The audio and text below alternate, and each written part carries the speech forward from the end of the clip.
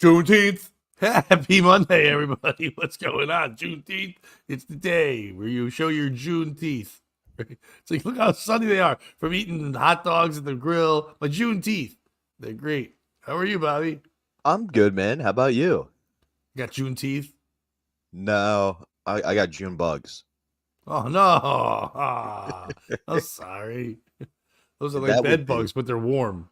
yeah, only warm season bed bugs. Come In wintertime, they like a go lion, out like south. a June bug. And yes, addressing it right away. Kish, yes, your Goober Eats was fantastic, and therefore I named the podcast after it. Good morning to you, sir. I hope you're doing well. I want to quickly thank Carl and producer Chris and WATV for having me on Saturday. It was a lot of fun.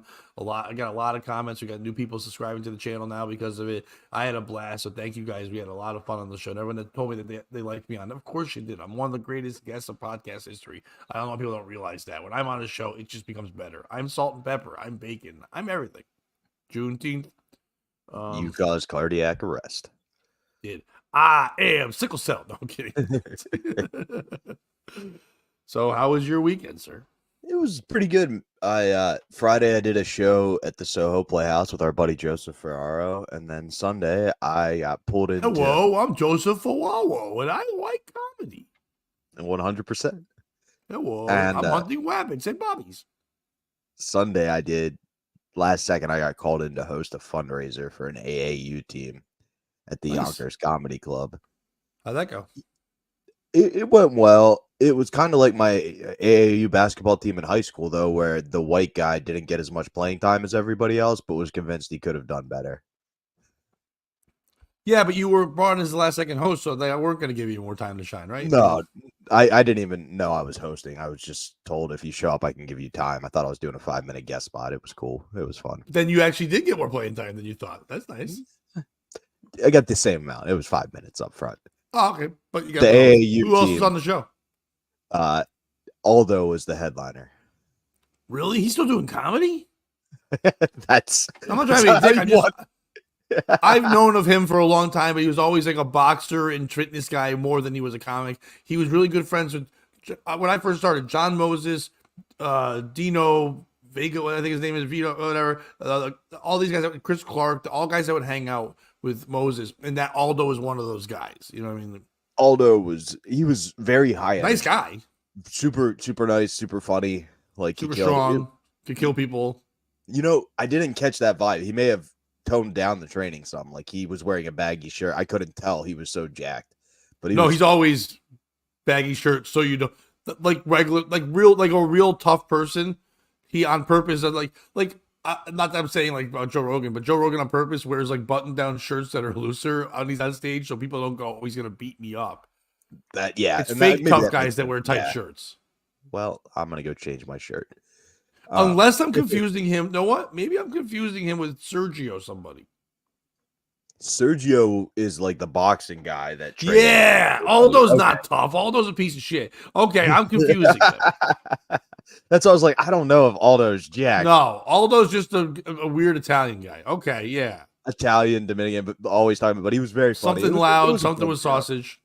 But Friday actually had a little bit of a POS story I could present if you'd be interested. Please do. I will. So, of course, I'm interested. You know Soho. A little bit. It's woke. Like the people who live there are the LGBTQ plus IA that we talked about on last Thursday Thoughts. That's who lives there. It's not bad, but like that's who. Two Spirits people were there. I would imagine there were several. Spirits. 14, I guess. Yeah, exactly. But the comedians were all relatively younger, except for me. Like I was the oldest comic on the show. To give you an idea of who we were dealing with, all the young comics are kind of just saying what the audience agrees with already. And you could tell they just wanted a bad guy. Somebody who was going to go and say the opposite and say the things you're not supposed to say. And the bartender of the show, his whole 5 minutes he did was 9/11 jokes aren't allowed. He doesn't like 9/11. The bartender did 5 minutes? Yeah, he's one of the comics on the show. And he's the bartender? Yep. How does that go? Nobody got drinks for those 5 minutes. They couldn't get anyone else to serve drinks for 5 minutes while the Nope. bartender did It just, time. it just, we're gonna take 5, everybody. Oh shit, that's so stupid. But what is stupid is that they didn't have a backup because he's actually a very funny comic. I like Matt, but his whole set was I was here for 9/11, so no 9/11 jokes. And Len, I mean, he made it funny where he was like, I know we make, Pearl Harbor jokes, but Pearl Harbor actually happened, kind of fun. But I said they just want a bad guy. So I went up and was like, "Hey, what's going on?" I was wearing this hat and was like, "Why'd you guys stop laughing? Is it because of my beard? Come on, you guys laugh. I know you get the signal that I wore this hat for a reason." And they all kind of laughed. I was like, "Yeah, I wear this hat so you guys know I had nothing to do with those 2 towers down the street." And they all kind of laughed quietly. I was like, "Sorry, Matt. When it comes to 9/11 jokes and your rule, I guess I forgot." And from that point, they were just eating out of my hand. Yeah, it was great. Yeah. But who's the piece of shit in this story? Because I found out Matt's dad died in 9/11. He pulled a full Pete Davidson. Is it me for making a 9/11 joke and not knowing the guy who was like, please don't, was actually asking us not to? Is it the guy who third guy up at the show decided to make rules about who was allowed to do what? Is it the audience? Like, fuck the sex you're supposed to. Or is it the one conservative dad who was clearly there to visit his very flamboyant son for Father's Day, who would have married me after the show? He liked what I had to say so much. Like, there was one guy who like, wish I could adopt you. Pat, we'll kick it to you first. All right. It's not you. And the reason why it's not you is because a precedent was already set for this. Years ago, and the clip still goes around, it's fantastic. Both Pete Davidson and Jimmy Carr were on a roast together. And Pete Davidson, if people know, as you just said, famously his father died in 9/11. It's basically what made his career. People felt bad for him. He got Make-A-Wished in. It helped that he had a huge penis, but that's basically dad dying plus huge penis makes you date a Kardashian and stuff like that. It's always fun. But Hang on, I he, gotta text my dad quick. okay, so he decided to, during a roast, go after Jimmy Carr, like you do in everyone in a roast, but he was just lame ass jokes, right? And he was acting like, oh, I was a big shot, and then kind of saying he's a nobody, whatever.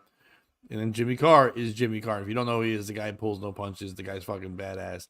And he said, we're not here to talk about his dad. This is not the roast of Pete Davis's dad. That was 9/11, which is the craziest line ever. And the reason why I bring that up is because it only got brought up by Jimmy because Pete poked the tiger. And the bartender didn't realize that he poked a tiger with you, but you are one of those, like, those white girls who were told, like, hey, just don't cheat on me. And then they're like, okay, I guess I have to cheat on you. You shouldn't have said it. I wasn't going to do it till you brought it up. And now I have to cheat on you because I'm a guy. Like, if you didn't say it, I wouldn't have. It's almost like you want me to cheat. Like, no, I was just really hoping you wouldn't. Oh, okay. You're that kind of person where, like, they say, hey, don't do 9/11 jokes. You're like, I just heard 9/11 jokes. So I guess I have to do it. But don't worry, it'll be clever. Like, we don't care how clever it is, Bobby. We don't want you to do it. Like, it'll be framed properly. Bobby, we don't care about the framing. Oh, the delivery? Mwah. Dude, yeah, no, so was 9/11. The delivery was mwah. Yeah, Right into the fucking we building. talking about a joke of 9/11. Right. Yeah, so we don't fucking need you to do it at all. So the piece of shit is the bartender. A, for leaving his post, just like some people during 9/11. And then he should have not gone there and done something else and then worry about what's left over. If you're gonna leave your post and go up there, you can't make rule. You can make rules as the bartender and guy who runs the place. But once you leave that post and go to be a comic, you've got to be a comic with everyone else and let everyone do their thing. If you want to enforce rules, you have to stay behind the bar. And then you can get upset and take you off the show. But if not, nope. You were just leaning into something that was there. Now, did you need it in your act? Absolutely not. Was it worth it? Probably not. You probably could have done just fine. You didn't need to make a joke about your beard or your hat. Those are things that you need to do. You're good enough a comic. You don't need props and visuals. But the fact that you did it anyway, where it could have tanked the set for no fucking reason, I salute you. I will never forget that. Well, the piece of shit I see where you're saying, and I appreciate your support, is me, because if you want to see a joke about my beard and my hat, make sure you're available June 28th and 29th and August 8th and 9th. Come see me. No, it is me. You're right. I didn't need to do the 9/11 joke. I could have made that audience dislike me in plenty of other ways, and I did. But and I know that seems like I was going out there for a bad time, but genuinely they just wanted somebody who had a different mindset from them. that could kind of do the thing like, I'm the dumb conservative guy a little bit, like we talked about with a couple episodes ago, where that helps you. Like Shane's very good at that, where you're like, oh, that guy actually. So I played that role, but it's me. I didn't need to do 9/11 jokes. You didn't need to, but as a comic who likes to do observation in like things that are going to connect, I'm the same way. When someone brings up something, now it's in their minds.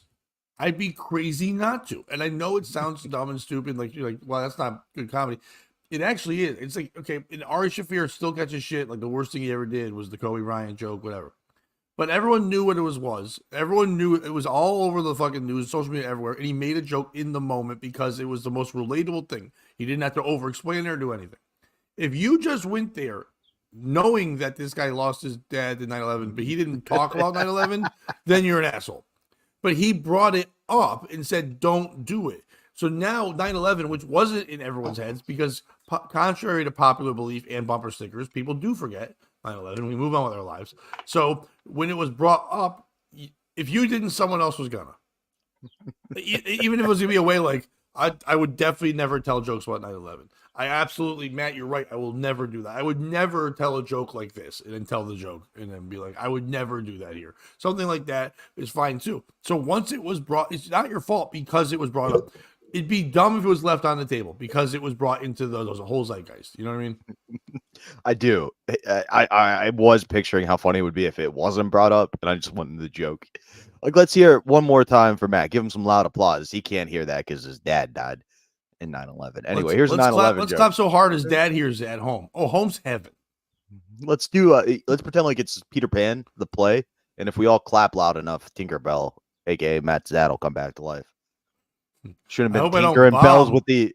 Shouldn't have been tinkering with bells in the elevator of Twin Towers, and you would have been here. I hope I don't bomb like Matt's dad did at 9/11. My mom asked how the set went. She was like, "Oh, so that was the joke that kind of fueled your set." And I was like, "Yeah, but my fuel can melt steel beams." Boom. Your mom's like, I throw softballs to my son. That's how far phone calls are. Wow. She's like, That's please great. stop doing bits on me and just have a conversation.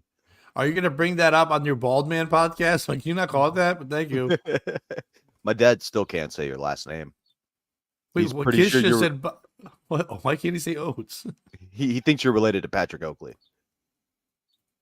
Who's Patrick Oakley? Not Patrick Oakley. He thinks your last name's Oakes, like the Oakes. basketball player.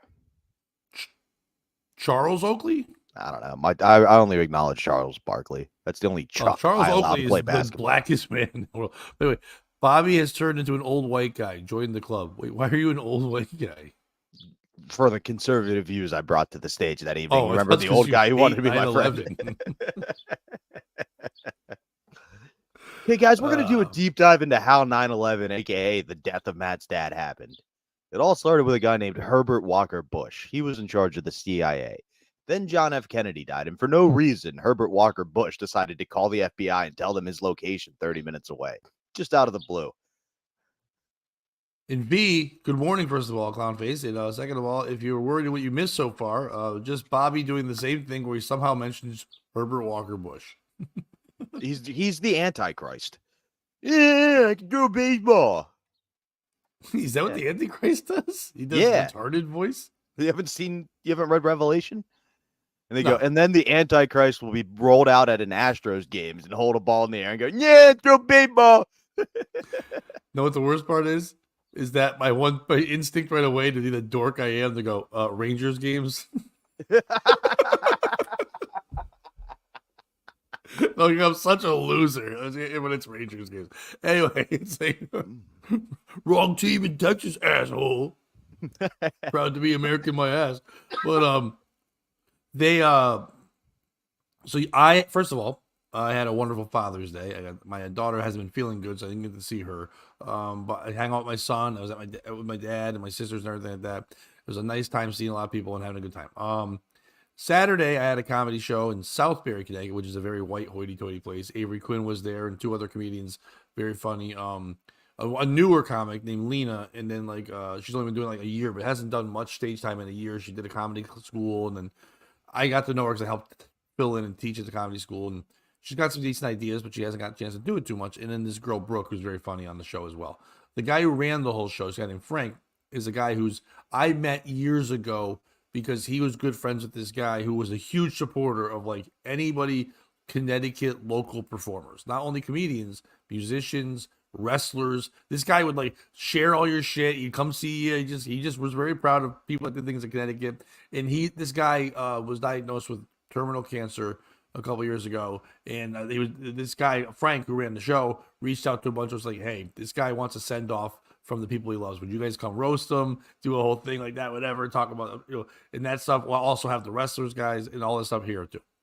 And I did that for him, and ever since, this guy Frank has been a fan. He shares things. Good morning, Dominic. How are you? Yes, and Dominic's quoting me from WATP. I don't know if you know Aaron from Steel Toe. What likes it calls this his favorite movie, and they were watching this movie to get in the mood to have a fucking swinger party. Django Unchained. And I was like, and I said it because it uses his favorite word. Morning, Lynn. How are you? Lynn's a very funny comic out of the Massachusetts area. So where was I on the show? Oh, so these people are all on the show. Frank's a nice guy. Frank puts the show together. He tells me what comics he wants on the show. I got everyone he wanted except one. He wanted AJ from Chaz and AJ. AJ was not available, so I got Avery in his place. Which, no offense to AJ. AJ's a great guy. Avery, great comedian. And like, you're very funny. I know we joke around, all kidding aside. Avery's a great guy and a great comic. You feel comfortable when he's on the show. And I was worried about. I had to help make the lineup, and I was worried about the show because I've got a newer person on the show, but I've got this guy Frank wanted to host it. He had a full tuxedo on, and he's not a comic. It's his Lions Club. So I'm like, if he goes up, he's not really gonna be funny. I need somebody strong to go first. I was gonna have Avery do 25 right up front, go into this girl Lena doing like 8 to 10, and then go into Brooke, and then go into me. Well, the guy kind of called an audible on his own. When he was done doing his intros, he just brings up Lena, and she wasn't even ready. She was still kind of like writing her notebook, whatever. The girl popped up and she's kind of dirty too, crushed. Like, like the pressure kind of helped it, whatever. They were fun. It was like real. It was still nice out. It was Saturday. It was a really nice day in Connecticut. Sunny as hell. This is in a firehouse. They have big windows. They had the blinds kind of open, but they were using the sunlight to do the place. And as it was starting to get like brighter in there, but also starting to darken a little bit, this guy Frank, in between everyone's sets, would just walk around in circles. You know, like in Narcos, where that guy walks around with his hands behind his back and he just stares out windows at the swing set and shit. He was kind of doing that. And it was like kind of distracting. He didn't mean to.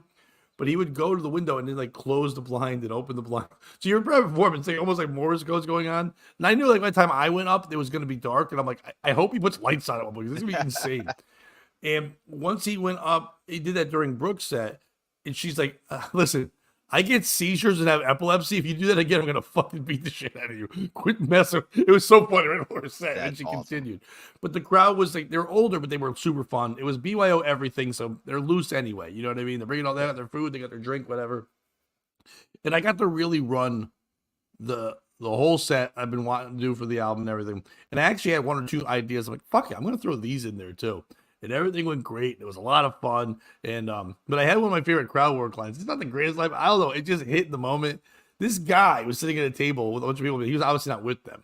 And I do a whole joke, and I forget what joke I was talking about, but I think I mentioned Mexican. I'm trying to figure out why he yelled what he yelled, but I still don't know. And he just yells out at the end. It's quiet. He just goes, "Sheetrock." I'm like, what? He goes, "Sheetrock." Haha. And I was like, well, the hashtag's true. Autism speaks. The whole place went nuts. Nice. And the guy's like, but I can tell he must be autistic because his head went down. Like, oh no. I called him out. My bad. I just wanted to hear the guy talk about some sheetrock. Yeah, I was like, well, I got my big sheetrock lovers meeting tomorrow, and I needed some material, Oates. Like, do I have a sheetrock bit? I don't know. Like, I don't know what's going on with this. But it was a very fun day. The shows went really well. I'm very happy with a lot of stuff. Like I said, I even worked on some new stuff that I might throw right into there.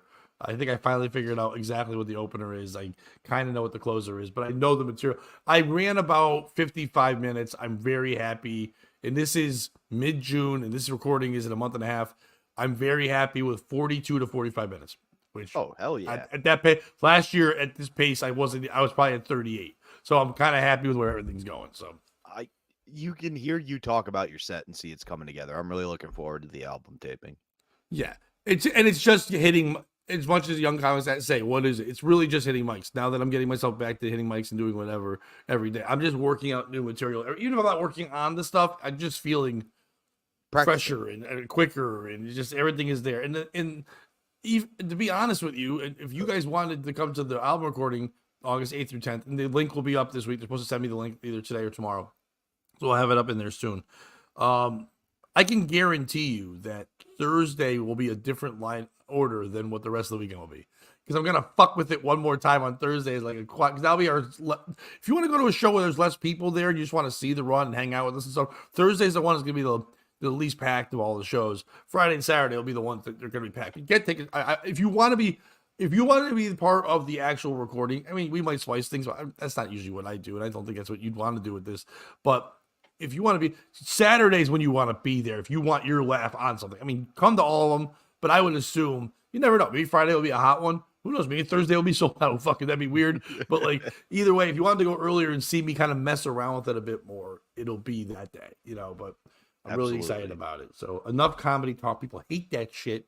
But again, Dominic, thanks for checking out when I did that. For people on the Patreon, I did put a link to a 20-minute set of WATP in the Patreon so people could see it there too. And I think it's got like 9,000 views right now. So pretty cool. I mean, Carl does a great job with that show, man. He really does. Except in the comments, they all just tell him, you're doing it wrong. Just talk about John. Shut the fuck up. You're gay. It's like, he's got 9,000 views. He's doing fine. He's a great guy. He's always been very supportive of things I've done and always helped me out be on that show. So, Bobby, do you have something pertinent, a story you want to jump on right away, or do you want me to go first? What do you want to do here? None of my stories are time sensitive. So your call. Yeah, it seems like you're chomping at the bit. So why don't you go first? I'm not. I got no bit chomping, but I'm happy you said that because that weirdly leads into the first story.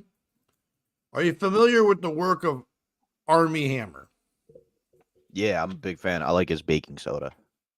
Yes, but you do know who he is, right? Yeah. And do you know what he was kind of known for? So, Armie, are we talking his movie life or his erotic fantasies? His erotic fantasies. Hell yeah, my man's a cannibal. Well, Armie Hammer breaks the silence on cannibalism accusations. The quote is, "I'm really grateful for it." That is what he said right away. Did you just freeze? That's the bet. Or not, you're just opposing like that. Armie Hammer has broken his silence over the shock cannibalism allegations that had imploded his Hollywood career. The Call Me By Your Name actor, 37, had been enjoying global stardom when a sudden fall from grace took place after a series of disturbing allegations were made against him by his former girlfriends. In February 2021, Effie Angelova, 26, accused Hammer of violently raping her. Oh, that's fun in the morning.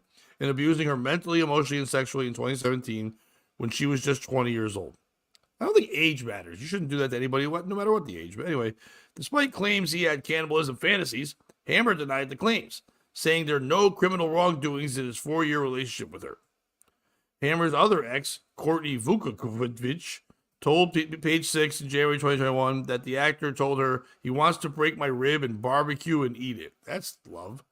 Appearing on the Painful Lessons podcast Sunday, the actor addressed the shocking cannibalism allegations that have plagued his reputation. People called me a cannibal, and everyone believed them, he said on the podcast. They're like, yep, that guy ate people. Like, what? What are you talking about? You know what you have to do to be a cannibal? You have to eat people. How am I going to be a cannibal? It was bizarre. I don't think he did blackface. I just added that. Hammer said that there was discrepancies in whatever it was that people said, adding that he's now in a place in my life where I'm grateful for every single bit of it. And I'm actually now at a place where I'm really grateful for it because I was in my life before all that stuff happened to me. I didn't feel good. I never felt satisfied.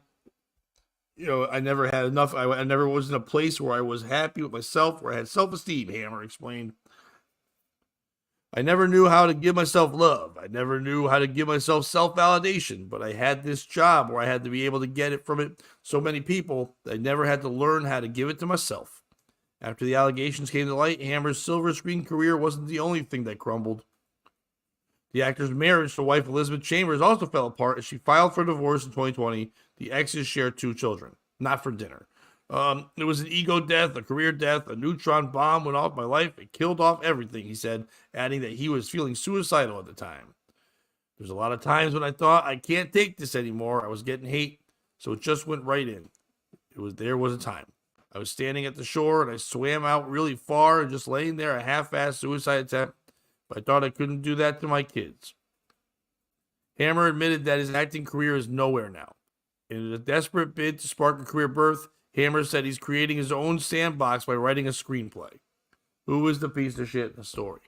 Is it Army Hammer for coming out on a podcast and going, come on, man, you know I can't be a cannibal. Eating people? That's crazy. That's crazy. But he never said I didn't eat people. In all those quotes, he said, that's crazy. Do you know what I'd have to do to eat people? But he never said I am not a cannibal. Is it him also for sharing a story saying, listen, guys, it feels like Kevin Spacey-esque where he's like, I can deflect this. You guys know I was suicidal for a while, but I love my kids. I would never do that to my kids. So he's trying to show a human side, almost like someone would when they're pretending to be a human and they're really a monster that eats people. Is it all those exes that left him? Listen, you liked him when he was famous and you loved him there, but you can't love him at his work. What's that whole saying, ladies? If you can't handle me at my cannibalism, you shouldn't have me at my best. You know what I mean? Whatever. So he said he wanted to eat you up and beat you like a rib. You know how many women look at babies and go, I just want to eat that kid up. They're not cannibals. They're just weirdos that have dumb phrases.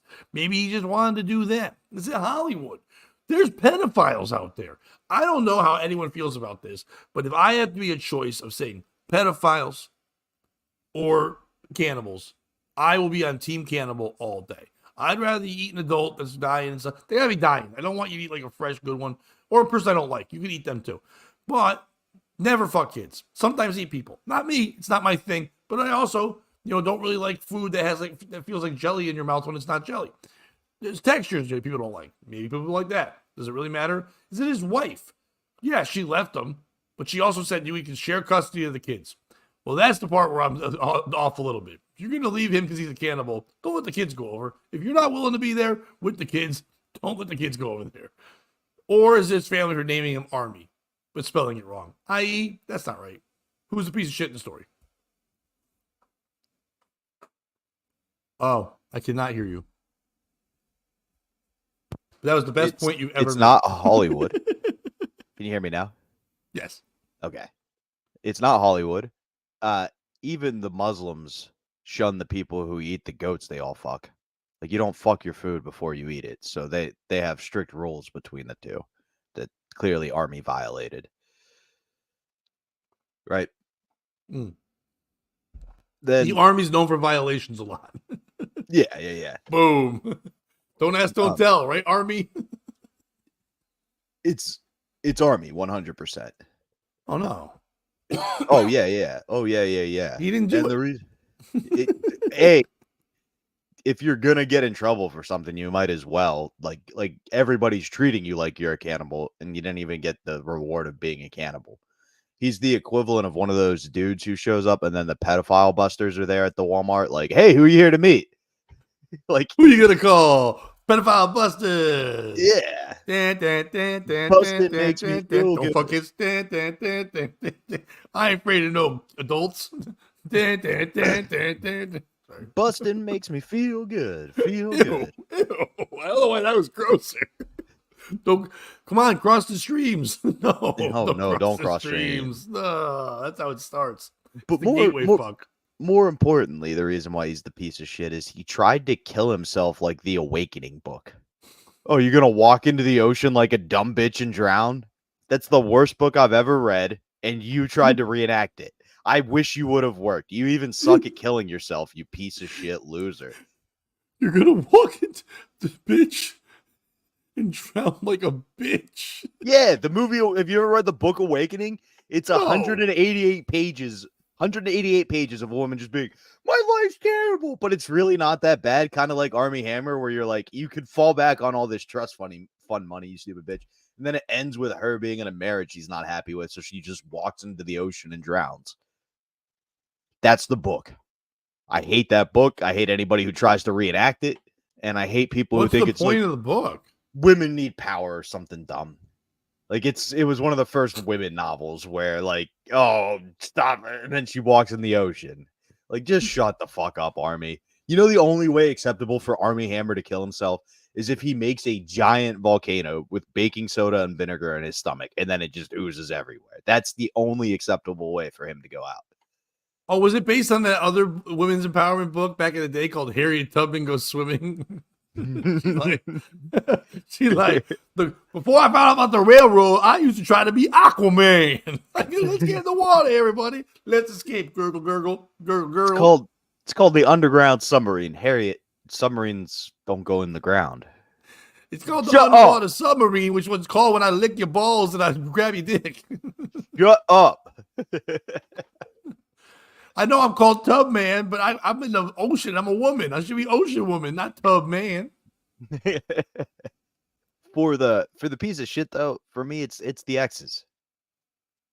Like, if you're what the kids call a gold digger, there are gonna be certain weird things about the person you have to put up with. Perhaps this one is he wants to eat you. Is it worth the billions you're gonna inherit? Probably. Just be in shape and run away from them. Now listen, I don't know about those relationships there, right? The ex, not the wife. The wife is probably different things. Divorce different than just breaking up. Yeah. So I don't know about famous people's Facebook or social media either. But if it's like regular people's, an ex will always yell out the shit that you were nuts about when they break up with you on social media. So you would think that the first ex I get for leaving, she's like, "Oh no, you want to eat me? That's nuts." But the new one that comes in and dates him right after, and then also leaves for the same reason, you've been told, bitch. You knew this man might chomp on some folk. You knew that was a thing he does. He likes the human jerky. So why would you date him and then go, "Oh no, he wants to eat my ribs"? You knew, bitch. You don't go to the cannibal store and get a cannibal. They'd be mad that you have a cannibal. Yeah. The cannibal store. I think it's next to Target. Yeah, it's next to the rickety stool store. You know the first thing I would do if I killed somebody? I'd dig a Please, I don't think you should tell us. really deep grave. Seems like they always are finding bodies in the shallow graves. Oh, he's a shallow grave. It's like two twigs in a leaf. So, Bobby, what do you got? What's your? I kicked it off with cannibalism. Raise me. Well, I'm gonna raise you with No, Kish, you're fine. For some reason, when I started dancing around like Harriet Tubman, my camera couldn't handle it. Now it's back. But so once in a while, when I move around too much, this webcam thing is just like we can't handle Pat's moves. That's what happened to Bigfoot. That's why he's blurry. From eating humans to fucking goats. These are a few of my favorite things. 14 pilgrims die from sunstroke as Eid al-Adha celebrations begin for Muslims. Oh, I thought it was like our pilgrims. They have pilgrims too? Yeah, it's the fifth pillar of Islam, apparently. Ugh, So it's the worst pillar. Yeah, I hate it. The pilgrimage to Mecca. So in Mecca like a high, Mecca hiney ho, Mecca like a high, Mecca chani ho. That was from Pee Wee's Playhouse. In Mina, Saudi Arabia, masses of pilgrims on Sunday embarked on a symbolic stoning of the devil in Saudi Arabia under the soaring summer heat. The ritual marks the final days of Hajj, or Islamic pilgrimage, and the start of Eid al-Adha celebrations for Muslims around the world. The stoning is among the final rites of the Hajj, which is one of the 5 pillars of Islam. See, I should have just read the article. It came a day after more than 1.8 million pilgrims congregated at a sacred hill known as Mount Arafat outside the holy city of Mecca. Pat, Mecca? I did it. Oh, We're not man. doing it again. I thought we were going to do a Pee Wee Playhouse thing. I know, but it's just you're saying so many words that make me feel like I could just get canceled. Allahu Akbar. Every word you're saying is like I'm gonna get canceled. I'm gonna get canceled. So I'm just letting it go. Juneteenth. So 14 Jordanian pilgrims have died from sunstroke during the Hajj, according to a Jordan state-run Petra news agency. The foreign ministry said in a statement that it is coordinated with Saudi Arabia authorities to bury the dead in Saudi Arabia or transfer them to Jordan. Pat, who is the piece of shit in this story? Is it the people who made the Mecca pilgrimage to stone the devil and died in the process? Is it the devil? Like, if you're doing a ritual whose whole thing is stoning the devil and 14 of you die, I mean, that's kind of good on the devil. I like his odds there. Yeah, it's good devil odds. Is it the Israelis? Okay, we know they're all gathering in one place at one time. Just throwing it out there. Boom, boom. Problem solved. Pat, who's the piece of shit in this story? The fourth pillar. The fourth pillar is not hard enough, and you got to get to you wouldn't, if it was tougher, you wouldn't even have to deal with the fifth pillar. It's ridiculous. Why do we have 5 pillars? First of all, it makes no sense. Pillars are the things that hold shit up. Like, unless you're having like an octagon thing, like you don't need like more than 4. One on each corner. That's all you need. Fifth pillar sounds like third wheel. I don't like it. I think the fourth pillar is almsgiving. It's Amy Schumer. And alms means your penis, and you're giving it to a goat. By the way, I had to talk to Kevin on Facebook because he posted a thing. He's trying to buy a cape, and I'm like, you better not be buying a castle. Yeah, fuck that, dude. Not you, Kevin. Fuck that, comma, dude. Yeah, fuck that dude. Fuck that dude. Fuck that dude. That's the P Diddy chant. I don't like that at all. Neither did the guy. No, exactly. I hate this. I hate this. I used to pray for times like this, to rhyme like this. For me, the piece of shit's the Muslims. You're stoning the devil? Dude, you can't. I wanted to go there. I had to make a pillar joke. You can't say the piece of shit are the Muslims. We can't. We can't do that on the air.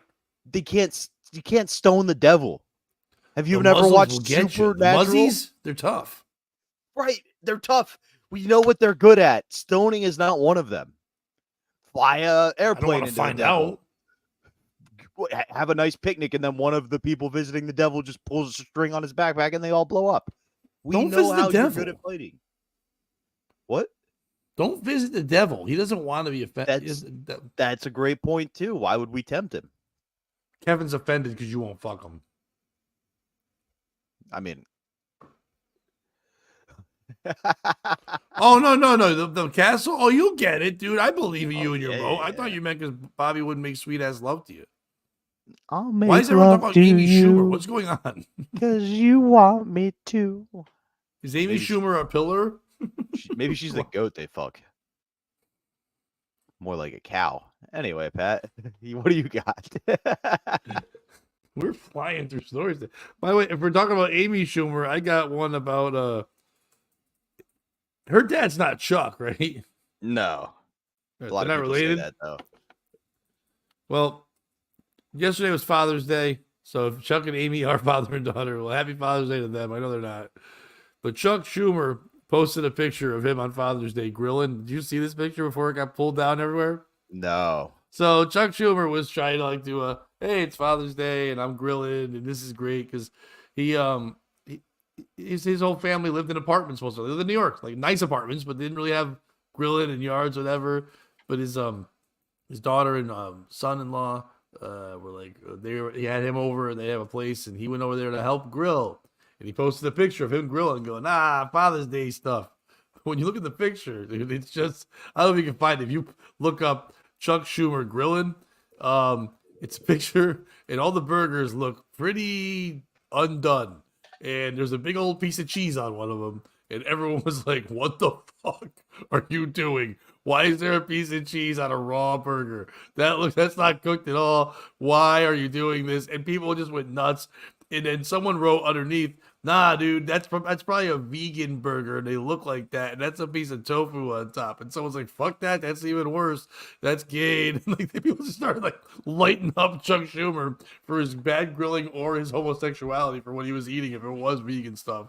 And shitting on him so much, he had to take down the picture and then just write Happy Father's Day, everybody, because people wouldn't stop trolling him the entire fucking time. Because all he did was just try to post a burger. You see it? Look at that burger. If you can close in, people, that's crazy. It looks like a raw burger with cheese on it, but I guess it was a vegan burger with tofu on top. but it looks nuts. And and then someone else was like, your spatula skills suck. It's a picture. How can they even tell what he's doing? People, you can't. I'm not saying I'm a fan of Chuck Schumer, but all the guy tried to do is say, hey, I'm having a good Father's Day. Hope you do too. And everyone's like, fuck you. Fuck your grilling. You're a piece of shit. Your kids suck. You suck. It's Father's Day. Why does everyone have to be an asshole? So who's the piece of shit in the story?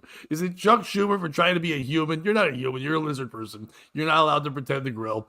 Is it all the people who are like, fuck you on Father's Day? Eat a dick, Chuck Schumer. You don't know how to grill. You're stupid. Is it vegan burgers? Look like burgers. You got Chuck Schumer in trouble when he was just trying to be all healthy and shit. I hope it wasn't vegan burgers because that was all vegan burgers and other like real hot dogs. So if you're making vegan burgers and real hot dogs on the same grill, you're not really vegan anyway because you're just mixing juices and you're a piece of shit anyway. Or is it fucking tofu? What the fuck are you doing looking like cheese? Who's the piece of shit? It's Chuck Schumer. A, the grill's not even on. B, you're so rich. we know. I forgot to say that. A lot of people agree with you. It said the grill's not even on, asshole. You just laid food down for a picture. Yeah, you're rich. We know if you had grilled barbecues, like for dinner on Father's Day, your professional cook came in. If at one point you were like, Steve, move out of the way so I could take a picture and it looks like I'm the one grilling, like Steve fucked them by not letting it cook a little longer. Like, yeah, give it 5 minutes. Why is he wearing the outfit that Rocky wore in Rocky 1 when he ran away from the kids? Why isn't it that shitty ass gray sweatsuit? What is that? And why does his face look like he's about to fuck a kid? Like he's got that creepy pedo smile. When you have pedo face, you can't help that you have pedo face, even when you're not pedoing. But also, this was Father's Day in New York. Bobby, were you in New York on Father's Day? I sure was. I was at the Yonkers. Was it Comedy cold? Club. It was kind of cold. It was cold yesterday? It was like 60-ish, yeah. Oh, really? Because here it was like 85, almost to 90 at one point. No, I know. It hit that in the morning, but by like noon, it was in the mid 60s. Wow. Okay. Because then, okay, I was gonna say, why is he wearing a sweatsuit? I think this is even a fake picture. I don't even think that picture was from Father's Day. No, I don't think so either. I also don't think it's good if you're Chuck Schumer to celebrate a day most of the people who voted for you don't get to celebrate. Bobby.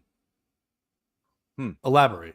No kidding. We brought a lot of illegal immigrants into this country, and I don't think they get to celebrate our national holidays. Boom. For those who don't get that, on Juneteenth, Bobby made a terrible joke. And I'm ashamed. I'm ashamed. I'm upset. I think Bobby should have to say the N-word 5 times in penance. Netanyahu. Yes, Netanyahu. The piece of shit in this story is not Chuck Schumer. Even if he was going for publicity, whatever. Guy, I get it. Trolling's fun, but you can take a fucking break once in a while. You know what I mean? Like, I was telling you before the show, and listen, no one hates Stuttering John Melendez more than fucking me. But I was telling you before the show, I don't want to get into a still Stuttering John thing. But Stuttering John this weekend went to go attack Patrick Melton from Nobody Loves Onions at his home in Vegas. He drove all the way out there, and I guess he had cats with him in the car, and he was streaming it. People like the cats are crazy. And I guess people kept asking what's he going to do with the cats when he gets to the hotel. And I guess he had a plan for the cats when he brought the cats to someone's house or whatever. But he was tired of people bothering him. So he's like, oh, yeah, they're in the car.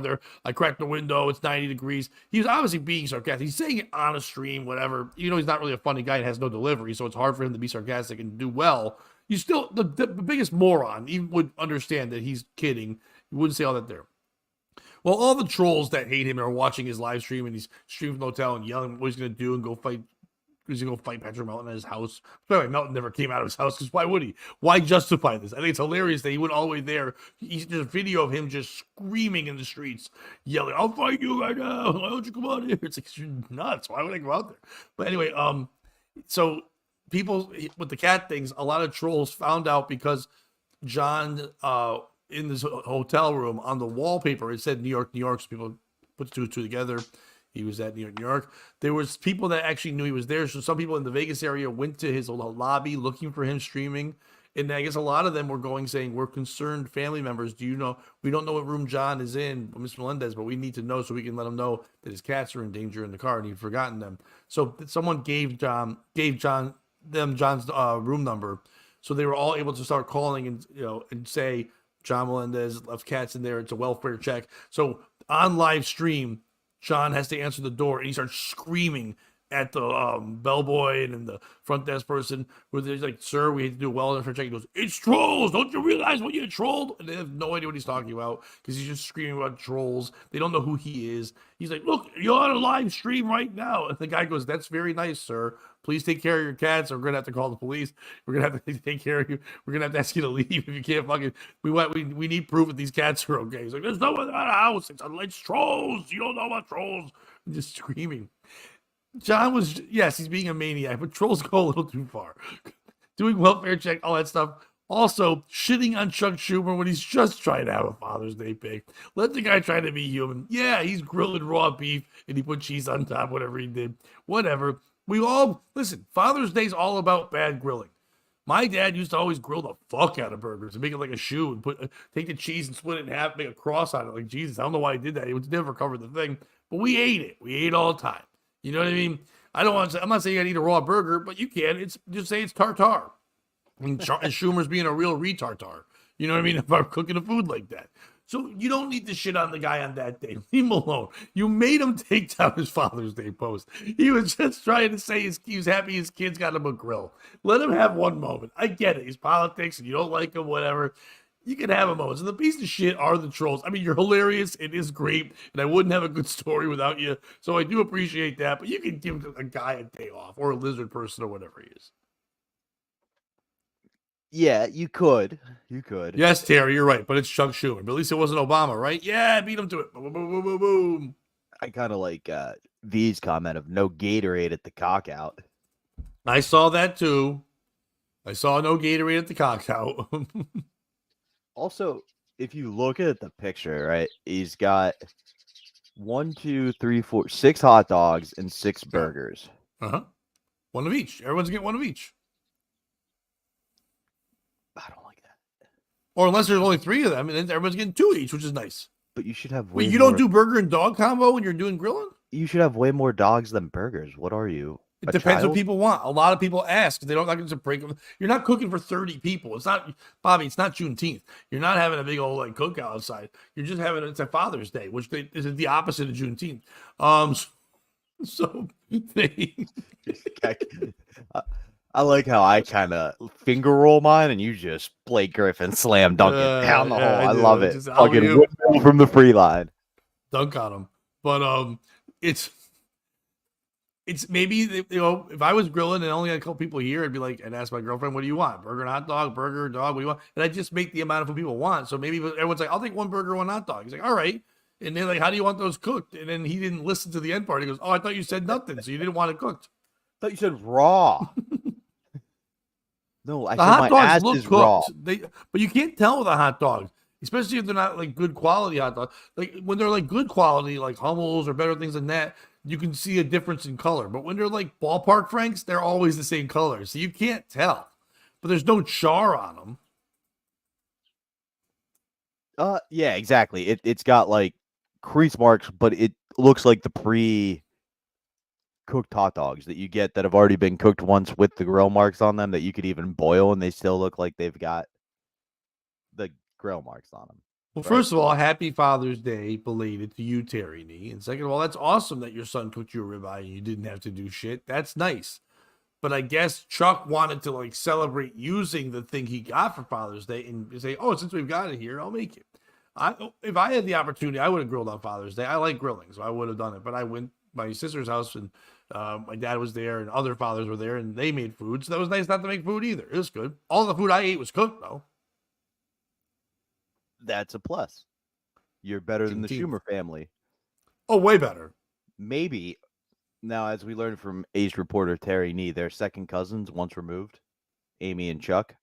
So maybe Amy was there and he particularly didn't cook her burgers so she didn't eat it and she could lose some weight.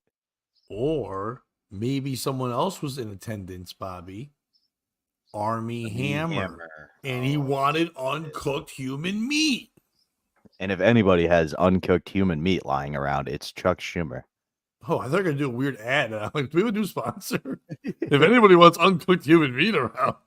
The Taiping Human Flesh Markets, now the official sponsor of the POS podcast.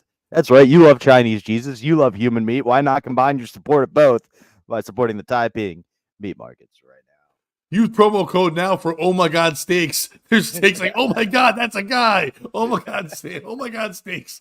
Get a deal today. now? Jesus. How Nah, do you want to sir. say bye to grandma? Anyone can put her ashes in a thing. You can have her at a barbecue. Wasn't that a TV show for a while where the Eat grandma? the detective was like a zombie, and when she Dexter? ate the brains, she would get no. I think it was called iZombie. Dexter, he would just Oh murder yeah. people, and she would like get their memories or something. No, I think it was a Spanish one called Ay Zombie. And I was like, oh no. Ay, Ay ay, caramba, ay, ay. Mr. Man. I did not mean to eat your family. Chuck I Schumer's ate like, his let him in the huevos. country. These huevos were delicious, puta. Like, all right, this show's dark. Give me a WB.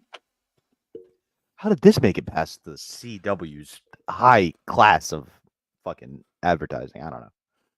CW for Cannibal Web Series. He's on the World Wide Web. Fuck, I should have gotten that.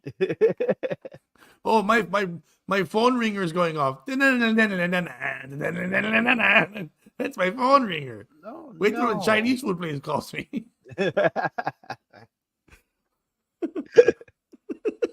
I'm not doing the ringer. I'm not doing it. Yeah, I am. No, I'm kidding. Hello, Rusey, I'm home. Rusey. Ah, Clownface, you missed your Nokia ringtone. That's the. I'm sure it was another N word for your ringtone, but that's fine. Bobby, what do you have besides syphilis? Chlamydia. Pow, 2 for 1. We talked a lot about fat women, so I'll save that story for the end. It is Juneteenth. It's their favorite. Pet, scientists created a black hole in a lab to test a theory. Then it started glowing extremely bright. The simulation created by research in the Netherlands might help us know more about mysterious black holes. Black holes are mysterious cosmic objects that NASA has studied. The most intriguing thing about a black hole is that the gravity and space-time are so strong that even light can't escape. Recently, scientists have created simulated black holes to understand the phenomena. The black hole analog replicates the theoretical radiation emitted by the real thing and can help science study the black holes in detail. Do I need to go any further? Who is the piece of shit in this story? Is it black holes? What? Let some light out sometime, man. What? Fuck you. You don't get to hold all the light. Black holes can't be the piece of shit. They're black. They're not people. What do I do? I just suck. It sounds like some of my exes. Oh, fuck. Go ahead. Is it the scientists? Have you never watched any science fiction movie? Stop doing shit that's gonna end the world. Yeah, Just stop creating black holes for experiments. It never goes well in movies. It's not going to go well in real life. No, like what do we want? What's the end game here, Pat? We're gonna kick it to you first. I think I see where you stand right away. Well, first of all, we're going to go with V/Clownface saying if this is real, the POS are the scientists building black holes on Earth. And I like the first part of V's thing. I don't think this is real. It's been a while since you've done a fake story. I think this is a nice easy out for you. Like, I don't have anything right now. Fuck it. We'll make up black holes and see if Pat can do something with the word black and make it bad. No, you're not going to catch me in this one, Bobby. I'm not going to make fun of your African-American holes. They're the best. I hear people pay extra for them sometimes. Anyway, so we're not going to do that at all.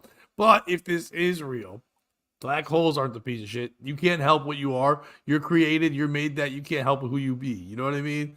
It's scientists. Stop creating stuff. Until you figure out all the other shit we got wrong, stop making new things. It's like when someone's like, hey, clean your room, and they start building a fort. You're like, stop building a fucking fort. Clean your goddamn room. Till that room's clean, no fucking fort, you piece of shit. And you're like, well, I'm 40 and retarded. I'm like, I don't care. Clean your room, tard. Do your thing. Then you get your fort. Yeah, don't build black holes. You haven't figured out cancer, AIDS, or like why we get the flu sometimes. Dude, figure that shit out. And then you haven't figured out Siamese twins. Figure that shit out. That shouldn't be happening. That's super gross. Head to a head, stupid as fuck. Stop doing that. Just shoot it when it comes out. But anyway, until you're done with that, don't make black holes. If you're I gonna make a mean, black hole, throw those Siamese fucking twins in there. I was on board. I'm anti-Siamese in general. Let's wipe it off the I mat. hate Siamese twins, Siamese cats. If it's Siamese, it's not for me's. They were so mean to Thomas O'Malley in that movie. So mean. Um, no, it does appear to be a real article from good.is. So maybe it's not the most accurate source in the world. And What's based on a lot of .is? Israel, maybe? I don't know. But God damn. based on some of the grammar errors, there might be some. Like, I didn't make up this article, but someone may have. For me, the piece in this shit in the story, Pat, it's not black holes, but you absolutely can change what you are, right? Not if you're a black hole. Look at Chuck Schumer. He He's didn't a change. closeted homosexual, and he is doing everything he can to violate that. Oh, look, I'm a good dad. For me, Well, you though, could the be a piece. homosexual and be a good dad. Yeah, you could, but he's pretending he's a straight dad. Is what I'm saying. Oh. Like, he's doing all this stuff to be like, when the single dad that's never around shows up at the kid's sport game and then cheers super hard, and you're like, man, if you were this supportive in the rest of your life, the kid would be better off. Like, I feel like that's what Chuck Schumer does with his homosexuality. Well, no, I think it's the opposite. Like Charles Barkley's dad. Charles Barkley was just on David Letterman. They showed that. It was recorded a couple months ago. And Barkley was, by the way, Barkley tried to talk about the WNBA and Caitlin Clark. And I'm like, first of all, dude, that's our thing. Cut the shit, Charles. Don't steal our shit. Yeah. But second of all, he was saying how his dad was never around at all, but his dad started showing up at the when he got famous and stuff. And he's like, "We could be friends, but you ain't gonna be my dad, whatever." But he would have become a great player if he didn't have to latch on to Moses Malone and other people for help because he didn't have a real dad. So sometimes it's good when your dad leaves, right, kids? Anyway, That is I like the glass half full, Pat. That's my favorite version of you. So for me, the piece of shit would probably be scientists, but yeah. not for the reason you said, and that they could be doing other things. Just like, if you have the power to make a black hole, you should use it as a threat to get whatever you wanted, right? That's why Stephen Hawking was so into black holes. He kept just asking for one, and they were like, "What do you mean by this?" Then he created a whole scientific thing out of it. He just meant a black woman. So for me, it's a scientist. Let's get some production out of this. Let's make some money. I want to see wormholes. I don't want to see black holes. Yeah. Okay. I said, as long as scientists are the piece of shit, I don't care how they get called out. Yeah, is it even real? Fuck yeah. No, science isn't real. Mm-mm. It's all God, Neither is baby. gravity. Woo! I'm gonna give you a choice. Oh boy. Three A Bobby's choices. choice. Bobby's choice, like Sophie's, but cuter. And I'm just gonna kill myself at the end regardless. Okay, you want bad husband? You want pronouns, or you want the secret to a longer life? Ooh, I gotta go with the secret to a longer life. Okay. Don't worry, since we've already gone through most of our stories, we're only an hour in. You'll hear all of them, everybody. Anyway. Yeah, we've been flying through this. A 103-year-old World War II veteran credits soda and dark chocolate for his longevity as he celebrates birthday. A Pennsylvania World War II, a lot of Pennsylvania in these stories, just so you know. It's always some goofy shit. It's always Pennsylvania. Veteran celebrated his 103rd birthday earlier this month, calling it the greatest day of his life, which is horseshit. 103rd birthday is the greatest day of your life? Not when you killed people in World War II. Where he shared the secret of his extraordinary longevity. Frank Pugliano Sr., dressed in his World War II veteran jacket and hat, enjoyed the birthday festivities along with his family and friends at Boyce Park outside of Pittsburgh, Pennsylvania last weekend, where tables were decorated with tiny American flags. The greatest day of my life, he said. I never thought I'd be here at 103, going from what I went through. You never know. A lot of my friends never made it, but I made it. And he actually looks really fucking good. If you looked at him and had to guess how old he is from the picture, I would say the oldest you would guess is 80. Like he looks like late 70s, which is crazy. Like Biden looks way fucking worse than this guy does. Okay, all right, I'll allow it. Yeah. Pugliano credits Coca-Cola and dark chocolate as the reason he made it to 103, he told the outlet. The Italian-born soldier immigrated to the U.S. when he was only 6 years old and graduated from Penn Hills High School in 1942, the same year Columbus sailed the ocean blue, which is crazy, according to the Tribune Review. Pugliano enlisted in the U.S. Army and served for 3 years in the Pacific Theater, where he survived a Japanese torpedo, if you know what I mean, attack while he was deployed just on a watching convoy movies mission. the whole time? Yeah, to Luzon in the Philippines. He says he saw a lot of young men lose their lives during the attack. Pugliano was honorably discharged from the Army in 1945. They don't say anything else, but let's move on. Following his return home, Pugliano married his high school sweetheart, Mary Stroh, and the couple were married for 65 years until she died in 2011.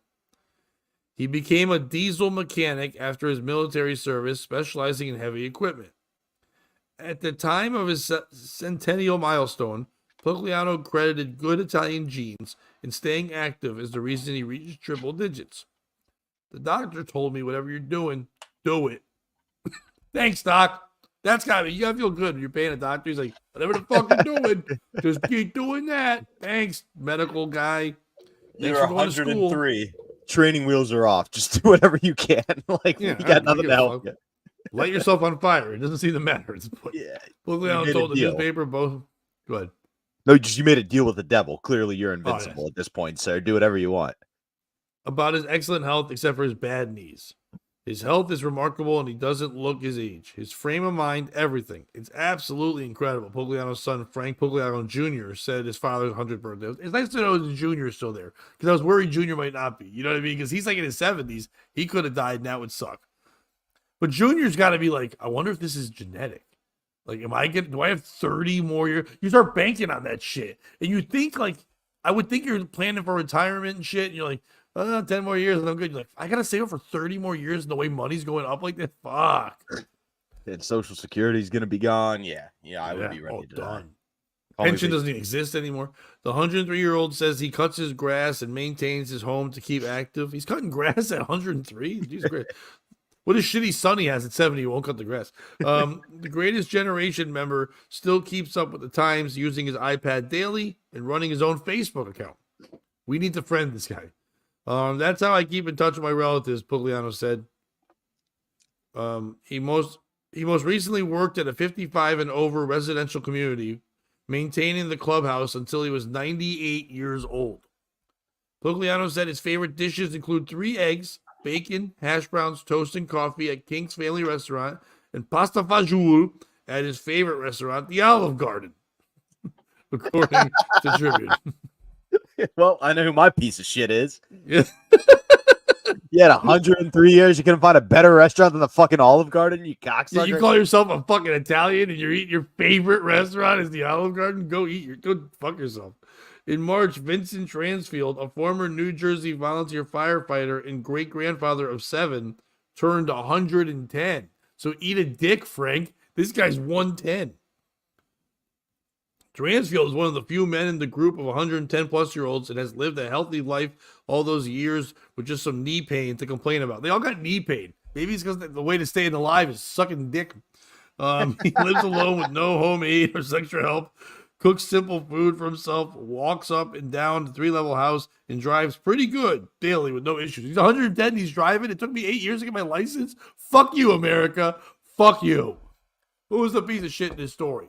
Is it Frank The fucking 103-year-old man who says chocolate and Coca Cola are the reason he lived. Shut the fuck up. It's not chocolate and Coca Cola. It sounds like you were a fucking hiding bitch during the war and you watched everyone die. And then 3 years later, you got discharged. So you avoid shit like the plague. It sounds like you don't do shit. You worked in a fucking senior center when you were twice their age. They weren't making you do shit. You sound knowing your longevity is being lazy as fuck, not doing shit. Only your knees are bad at 103. You didn't work hard at all. You did nothing. Is it Frank Jr., 70 something years old, not mowing his dad's lawn, fucking sitting there going, "Yeah, it's pretty cool. He's alive." No, it's not. I bet you waiting for. Bet you thought you were gonna be riding that money from your dad, so that sweet army money that was he collected for 3 fucking years, whatever, and you were gonna live off that. You ain't touching that ever. You guys are gonna die on the same day because your life sucks. Is it the author for this article for going, yeah, we wrote about this old guy and he's 103, but it's boring. So let's just bring up a 110-year-old and trump this guy at the very fucking end and say one guy's better than you. Go suck a dick, you stupid bitch. It doesn't fucking matter. Or is it the Olive Garden? What are you doing? Why is this guy not in a commercial? If you know this is his favorite place and he's yelling out that he's 103, Oliver, when you're here, your family, and your family will never die, just like our unlimited breadsticks. Unlimited Frank, unlimited salad, unlimited breadsticks. How is he not in a commercial? He's a war hero. He didn't diddle kids like Jared. Put him in an Olive Garden commercial or put him in a grave. Who's the piece of shit? Oh, so definitely Olive Garden. Okay. When we say unlimited, we mean unlimited. Unlimited. 103 years worth of unlimited. For me, it's Frank Jr. Like, I am so sick of hearing about the greatest generation ever and how great they were. And like all these younger people are now pretending they're a part of the greatest generation, like Frank Jr. And it's like, no, you're part of the generation who created all the problems we're dealing with today. Yeah. Like, I'm sick of being told to save the world by the people who literally fucked it. Frank Sr. is over there willing to give his life for his country, storm the beaches of Normandy, and all he wants is some fucking pasta vajol from the Olive Garden. Frank Jr. won't even cut his dad's grass. You know, he's the one spraying chlorofluorocarbons. His son has been driving longer than I've been alive and has done nothing of any merit to it. But I also see somewhere in here, and I'm going to share it in a second when you're done. I think we've got our leader so far for the Husey Award. Okay, I like it. Go ahead. No. Just it's so tired to be like, oh, you know, you guys are so lazy. No, you were so lazy. You would rather smoke weed and sing songs at Kent State than go fight in Nam. Like, it's just, I'm tired of it. For me, it's Frank Jr. Take care of your goddamn dad. Cut the grass. You know, I know old people love to cut the grass. That's one of their favorite things. My grandpa used to have a riding mower, and he wasn't allowed to put it. They showed him sitting on a riding mower. He's not pushing. No. But they wouldn't let my grandpa put it above second gear because he was old, and my grandpa would be out there in sixth gear just whipping it. You know what I mean? Like, that's how old people get their thrills. So I do get that he likes to cut his own grass, but at the same time, his son's kind of shitty. Yeah. I'm gonna show two best because one goes into the other. Two comments. First of all, Lynn says, and she has a point. It's Hershey Park because he's from Pennsylvania. We're not giving him a birthday party as he's claiming chocolate gave his longevity. There should be a Frank Pugliano day. You know what I mean? They do a bunch of other dumb shit. Throw him a big day. But because of that, and he mentioned dark chocolate, right, is one of the things. And he mentioned that he's Italian, right? Yeah. Terry Nee in the lead so far because and Whoppers. But he smelt it a different way, ladies and gentlemen. Terry Nee. Subtly mean to people since 1945 or whatever. That is a very solid answer. And I know why Hershey Park doesn't give him a day, by the way. Do you know about the Milton Hershey School, Pat? No. So Milton Hershey School, basically Milton Hershey created Hershey's chocolate, wanted to give back to the community, created a school where if you're in foster care, your parents aren't around, it's like a live-in. You go, there's a house parent, like you learn how to raise a house. Like, it's really good for kids. But during World War II, that basically became a pump line or a pipeline right into the front lines of the Pump liner, military. like. No, I don't like that. Y'all ready for fist? Oh no. But that's why he doesn't like to do anything war related, because then people bring up the dark history of basically forcing these kids whose parents signed them over at 12 into military academies. All right. So did we figure out our pieces of shit? Yeah, it's Olive I don't Garden. think you said you're a piece of shit yet. Oh, it's Olive Garden. Oh, okay. I For agree not with doing you a commercial. 100%. Yeah. Because they should have done the commercial. They should have said more about this. That he said it's his favorite restaurant. I mentioned the Three Kings place gives him free breakfast sometimes when he goes there because he eats the same meal all the time, or they have a seat for him or something. It's a small little establishment. That local Olive Garden, it should be like there should be the Frank booth. Maybe there is. Maybe we don't know about it. But I think we should all friend request Frank Pugliano Sr., war veteran, 103, on Facebook since he's on there and he's active. We don't troll him. Be nice. But we should all salute this man, and we should follow his tips to see how he lives life, and see if sometimes he says the N word on Facebook. I couldn't agree with you more. We should all friend him. Did you see, speaking of like this memorial for all the soldiers, did they made a 93-year-old man, a paratrooper who paratrooped onto the beaches of Normandy, recreate the parachute experience at 93 years old? No, he had somebody strapped to him, but I'll be honest, Pat, they didn't take the landing well. The old man went down hard. Like, also, you've lived your whole life. This was probably while it was one of your bravest moments by far, and truly the exemplification of what it means to be an American. They're making you recreate this at 93. Do you really need to give this man PTSD pushing him out of an airplane at 93 years old? I think it's very sad how we treat our veterans, but then like when we glorify it, it's not even any better. It's just it's a stupid goofball idea for publicity and not a real celebration. It sucks. That's the last thing they want. But they also want to be remembered because they're usually treated like shit, so they just go along with it. I didn't even realize we flew by. It's 9:15, so we're not gonna do the just kickoff. I think we've got like literally one person streaming on other things. Most people seem to be over here anyway, if they aren't. But normally on the show, first hour is for everywhere. Second hour is just on the YouTube. We're gonna keep it going today. Bobby, I'm gonna grab a coffee quick. If you want to do a couple plugs and fun things, stuff like that. Yeah, absolutely. Pat's gonna go grab a coffee, and if you need a little spice in your life, a little pep, a laugh on a Friday or something, I would say you should see Pat and I not this weekend, the following weekend, June 28th and 29th in Wethersfield, Connecticut, at the Brouhaha. I'm opening. We got another very funny comic. I believe his name's Mike Musso on the show as well. I always get that confused because I had a Mr. Moose who was a camp counselor with me whose name was spelled very similar. But Mike Musso opening, me, Pat, that'll be a fun one. And that's kind of like the dress rehearsal for his album taping, which will be happening August 8th and 9th at, you guessed it, the Mohegan Sun in Connecticut. Now you might be saying, those dates don't work for me. Do you have something in July where I could see just you, Bobby? And I would say it's a shame you're missing Pat, but if you have to pick a date in July, come out and see me open for Earl David Reed at the Bijou Theater, July 20th. Other than that, follow us on social media. Make sure you head over to the Patreon. We've got some good stuff coming there. We're working on taking this to the next level every day. And thank you all for tuning in. Lynn, nice to meet you, but we've got the usual run of the crew. So thank you guys all for being here as well. Pat, welcome back. I'm going to go do my thing.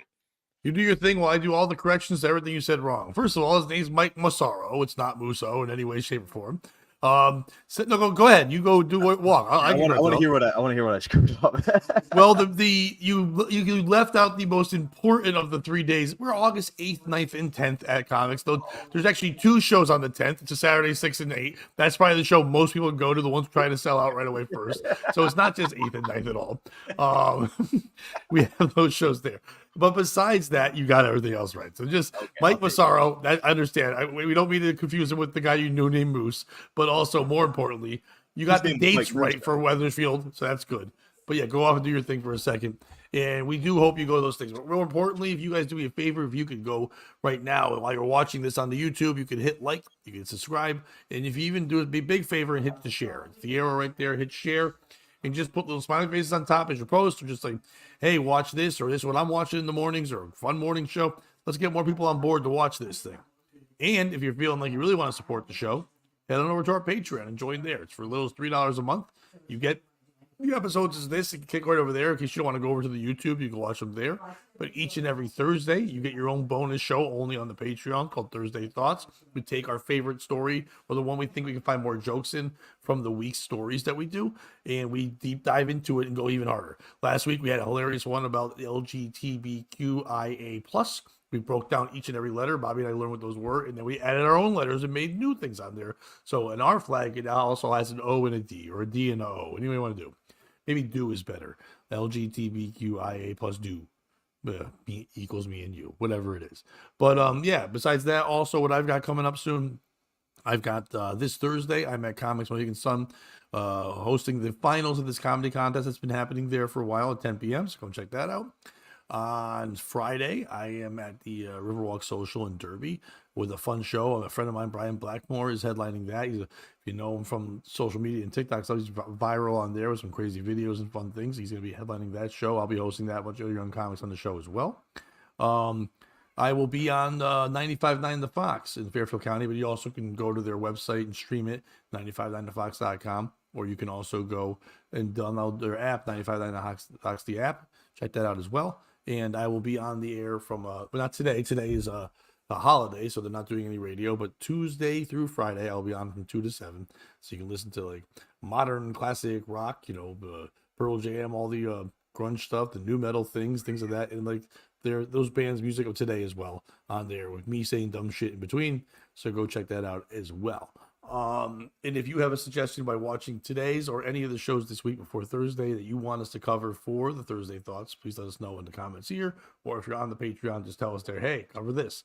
And if you want to cover it so badly that you want to be part of it, if you come up with the idea and you want to be part of it, you need to let us know. Oh, you're booby curious? Well, good for you, Terry Nee. I'm proud.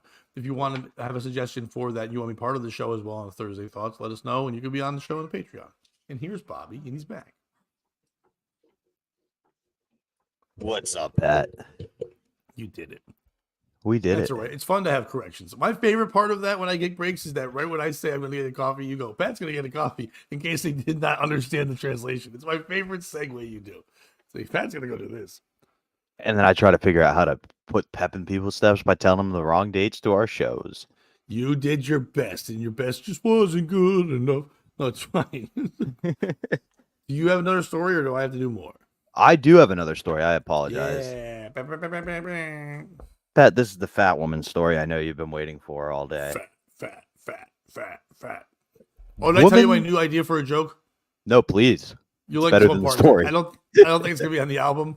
But you know how people will be like, when they talk, I've heard the premise before, but I go different with it. Like people, like when you talk to an old person, you talk to them like you talk to a baby. It's like, oh, did you get a nap today?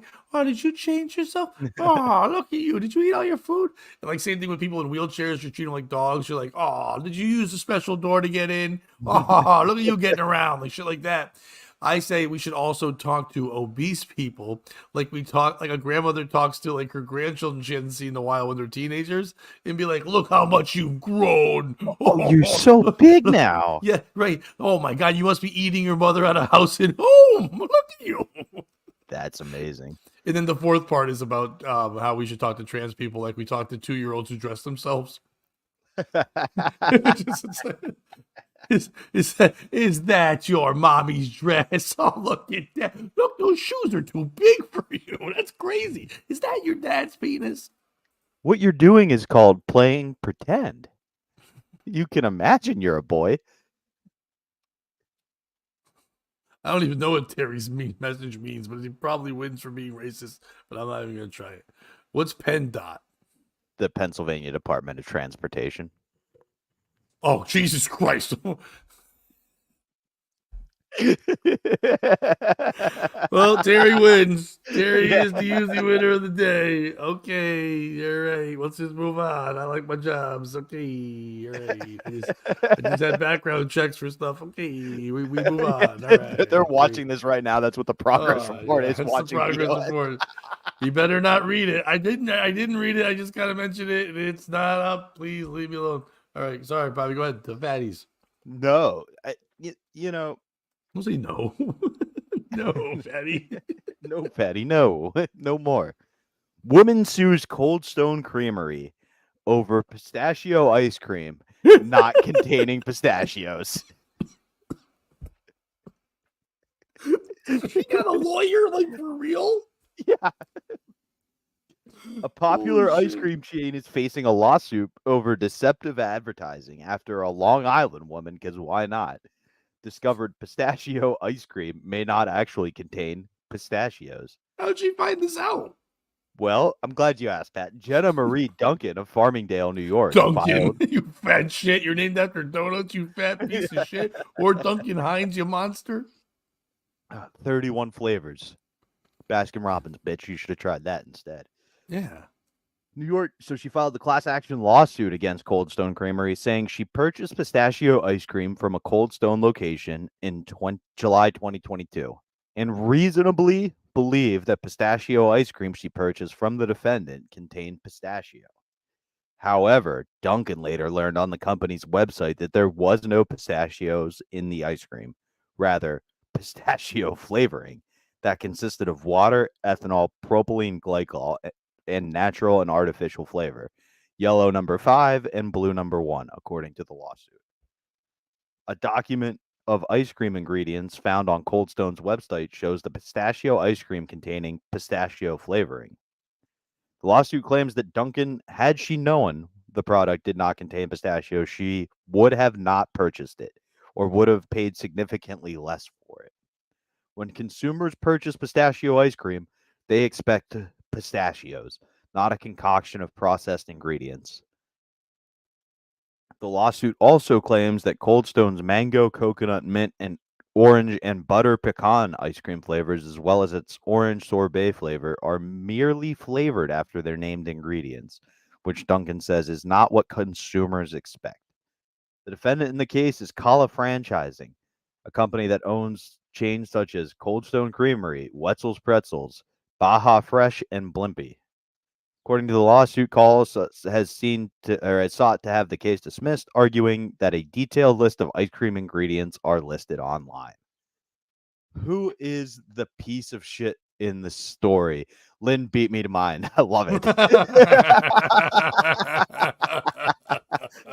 I Yep. figured. That's why I put it up as fast as I could. Good call, Lynn.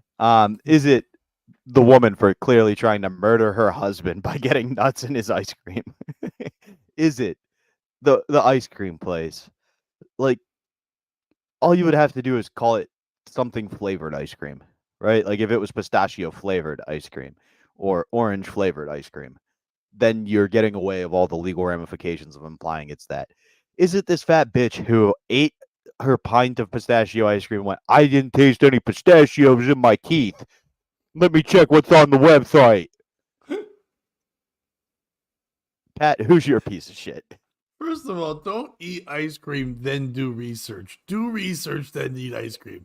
You don't do Good call. aftermath fucking research. It's already in your stupid gut. You don't do it. I don't listen. Most ice creams, yes. What makes an ice cream place stand out? It's that local place that you know because they do homemade ice cream. They pick the cherries off a tree and they put it in the vanilla and it tastes fine, whatever. And the vanilla is real vanilla beans, not extract, whatever. It's such few and far between. It becomes like a great reason to go and they can charge tons more money when it isn't artificial. Most ice creams have artificial flavors in it. It's just how they. If you're first of all, if you're eating pistachio ice cream and it's green, guess what? It's artificial, stupid. So if this was not white, you're retarded because they don't turn it green unless they make it that color for some reason because they know there's a little green hue in the nut. That being said, who gives a fuck? Why would you care if you've got pistachio, the nut in it, pistachio, the flavor in it? How many monsters nowadays go, I don't want, you're not doing hazelnut coffee. You're pouring hazelnut flavored creamer in your stupid coffee and having that. It's all about flavoring anyway. And you're a big fat piece of shit. I mean, you haven't told us that, Bobby, but I'm assuming she's not thin by this whole report. Maybe we're just thinking that for no reason. They didn't But show either her way, picture, which is what led me to believe she was a big fat lady. Like if yeah, she when was you super look, skinny, it was just a picture of 2 dogs and a tree, and you're like, "That's that. She's fat because that's what fatties do." They're like, "Here's a picture of dogs and a tree." But the fact that she put up that she literally, it's one thing to call the place and complain. It's one thing to protest. The fact that there's actually a lawsuit pending because there weren't real pistachios in her pistachio ice cream is the fattest thing I've ever heard. And she won't be able to get the chair. I hope she gets the love seat. You know what I mean? Because she's too fat for the chair. She needs the electric chair, but in the Right. sense that it lifts her out of it because she's too fat to stand up on her own. I'm gonna try to fix my freeze. So if I do drop out for a second, you just keep doing you, baby girl. Sounds good. For me, my piece of shit, other than Lynn, good call. She definitely was trying to murder her husband. Why would you be so mad you didn't have any pistachios in your ice cream if you weren't trying to make somebody allergic to nuts eat nuts? The other piece of shit for me in the story, though, would probably be this woman. Pat brought up a great point. You look up what's in ice cream before you go get it if you're that specific. And if I was the defense attorney, my whole point would be to point out the fact that I need access to her search history. Can I prove that she Googled this before she went to the restaurant in order to set up this lawsuit? Or did she truly eat the ice cream and didn't taste any pistachio chunks and was mad about it? And even if she did not Google ahead of time, the fact that I would have access to her internet search history would probably be enough to get her to settle outside of court. So for me, the piece of shit in this story is definitely her. Again, you're eating ice cream. If you're that concerned about what you're putting into ice cream, do what the Amish do and make your own. It's really not that hard. And guess what? The churning of everything would probably be pretty good exercise for you. It gets you in shape real fast. So for me, that's my piece of shit in the story.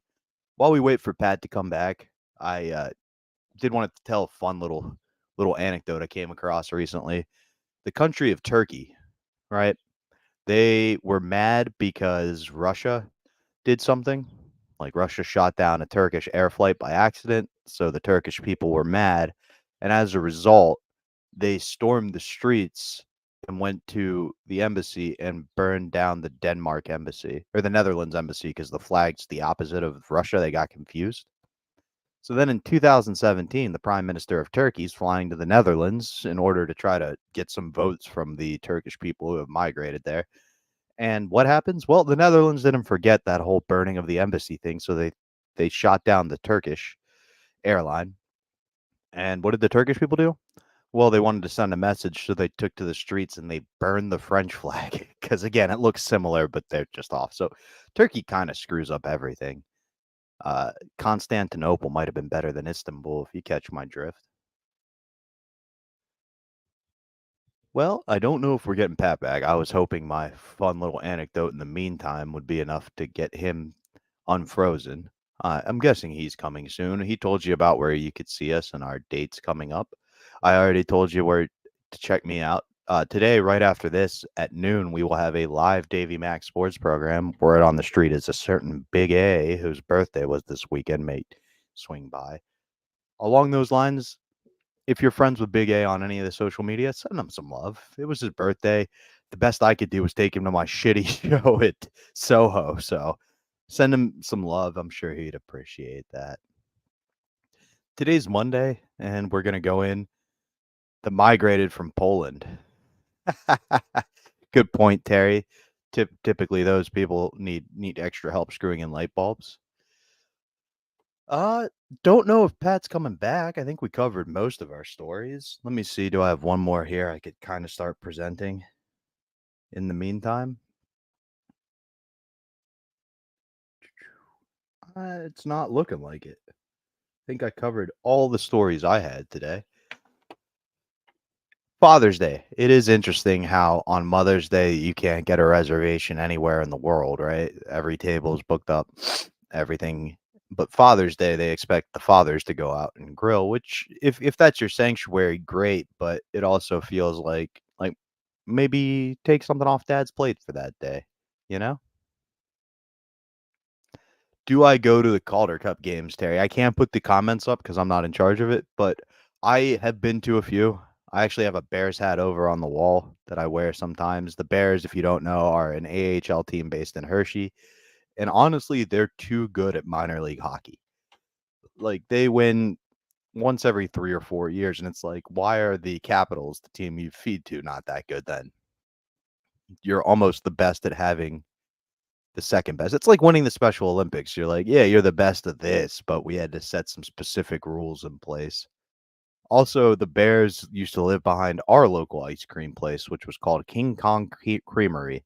I don't know if you could get away with that anymore, but King Kong was always exciting because they did soft serve of ridiculous flavors. Like they had a jizz flavor, uh, bloody period flavor. It was nuts. They would do some crazy shit. So make sure you check out King Kong Creamery if you're ever in the Hershey area to see the Bears games. But the Bears would bring the Calder Cup there and fill it with ice cream and have lots and lots of fun.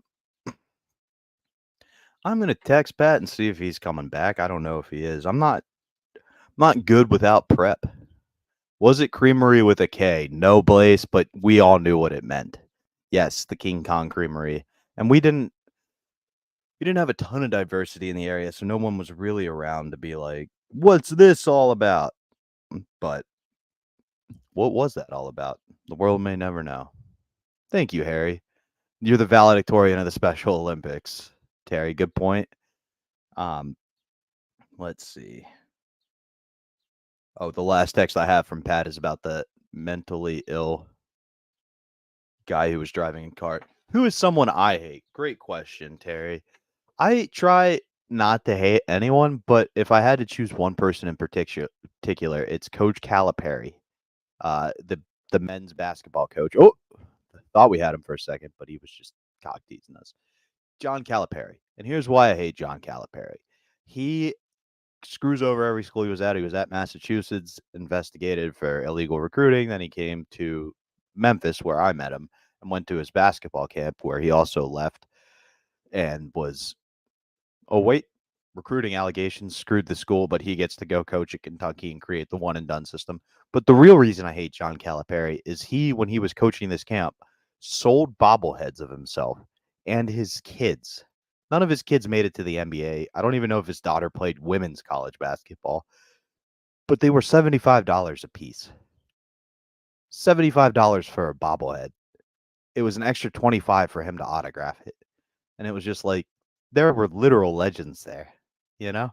Guys who had made it in the NBA. What's that one guy, George Gerving? He came by and gave a speech. Nothing he charged was $100. And Coach K, it feels like that $100 went directly to Anthony Davis's keeping his shitty eyebrow.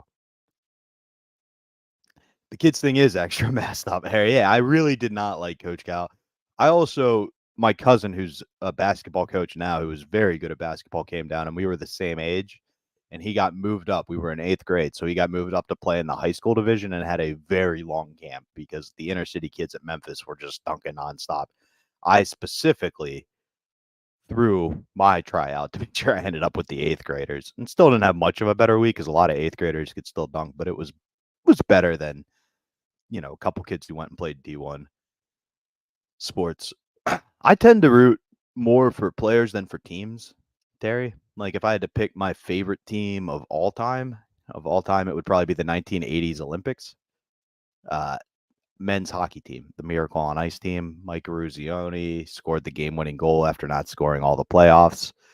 We also had Jimmy Craig in goal, who chose a gold medal over, money to save his mom from cancer, and then didn't have that great of an NHL career. It was truly a bunch of guys who realized this was their last moment to do something great and made sure they ended by doing it great. Even Herb Brooks died 3 months after they won the gold or something crazy because he knew it was mission accomplished. At this point, your eyes are down where, Terry? My eyes are up here, or Kevin. I'm sorry. I think at this point, I'm going to text Pat and see if he wants me to just end it or what we want to do. But in the meantime, anybody have a piece of shit story they want to share? Blaze? Harry? Kevin? Oh, moment of truth.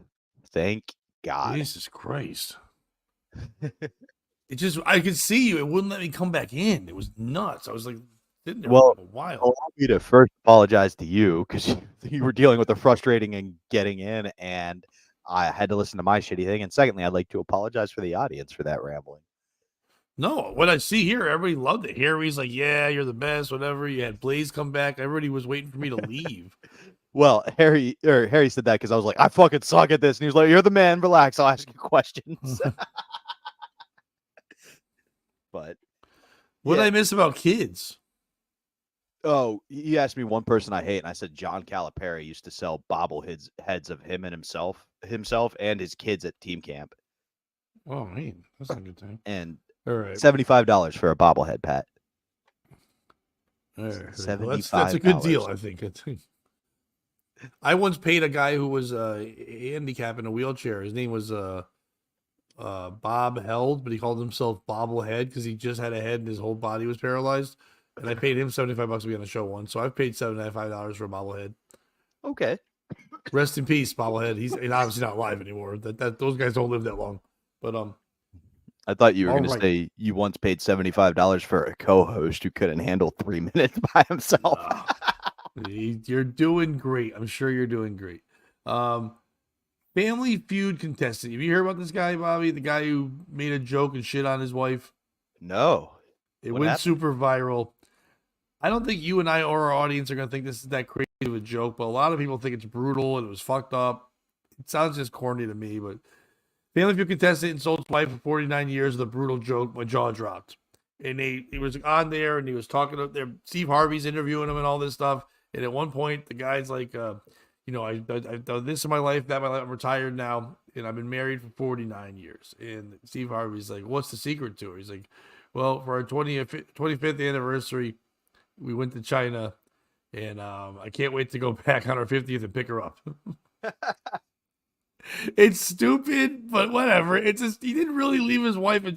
But the audience was like, people were like, this is outrageous. It's fucked. He's just saying you just leave your wife anywhere. It's made up. It's a weird place to do it on Family Feud, but whatever. It's a crazy joke. And I bet you his wife was probably like, you have no personality. You're never funny. You shouldn't be on that show. And he's like, all right, you want to see how funny I can be? Here you go. Watch this, China. babe. Yeah.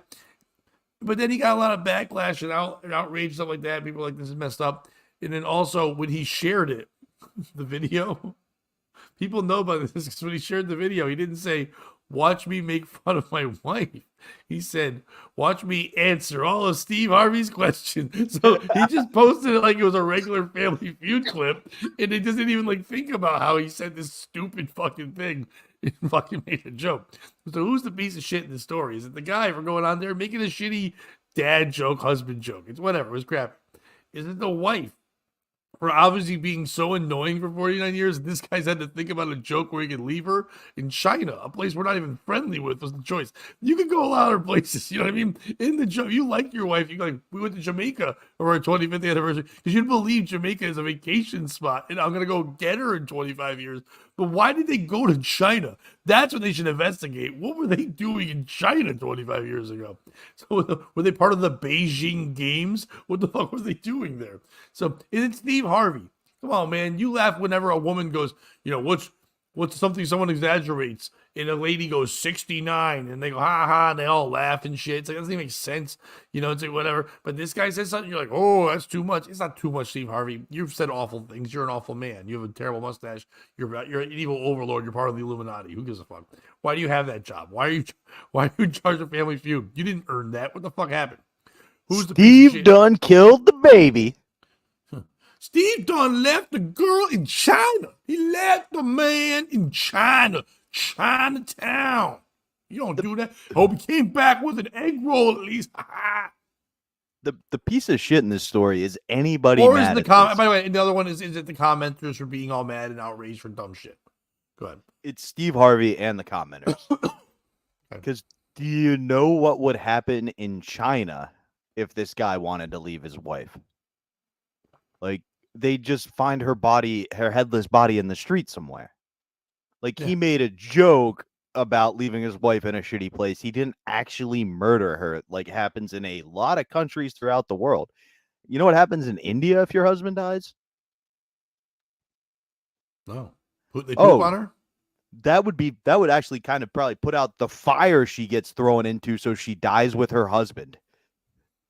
Like, when they cremate the body, they throw the woman in there too. It's a shitty fucking world. Anybody who's mad about this. Also, Steve Harvey, what did you expect him to say? I've hated the bitch for the last 40, but I figured we came this far. Like, what do you?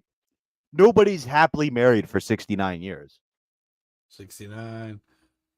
I'm pretty sure it was Richard Dawson, but I know what you mean, Kevin. Richard Dawson. Richard Dawson was the one who went around and smooched everybody. Including kids. Yeah. I used to listen to him. In Connecticut, he was on Radio 104. That station, when his morning show was here in Connecticut, Radio 104, before that, Dee Snider's show was on there. And in between, Bubba the Love Sponge. They were jumping that shit for a while. I see why Chaz and AJ has become the stronghold it was. Well, and weirder, they did all that, then they didn't let our boys who are now in Hudson Valley in New York, or Ryan Roberts and Matthew James, they never let them be the morning show. This lady Amy, who's the program director, always said, I have to be the morning show. They're like, well, fuck it, we're going to be a morning show somewhere else. Like, they had a good morning show right there, and they didn't put them over there. But I hear those guys are doing great over there anyway, so good luck to them and everything. The piece of shit in this story, to me, is the guy. Listen, dude, I get it. And this is I'm the wrong guy to say this, but time and place. You know what I mean? You are on Family Feud. You're not a comic. You're a retired guy. You have to go now. Not only do you have to go home with your wife, you better win a lot of money after you say that. You better win so much money that you don't have to. You can go, shut up. We just won $1 million. If he gets everything wrong in the fucking final part of the Family Feud thing, or like, especially if he doesn't let her be part of it and he chooses instead, like, I'm better than you, whatever, and he makes that joke, well, guess what? You're not making it to 50 years because you're getting divorced and she's taking you for all your fucking retirement money. There was no need to do the joke and leave her in China. It was ridiculous. I mean, believe me, there's so many clips coming from Family Feud all the time of hilarious things. Steve Harvey's one. Obviously, the show is like written. I think even like the people are staged at this point. Or maybe the families are real, but they tell them what to say, kind of like a Jerry Springer thing at the end, where they're kind of like, "Oh, say this and this and this," and get them to say stuff. Do this joke so we can do a viral thing. Don't worry, we'll take care of you.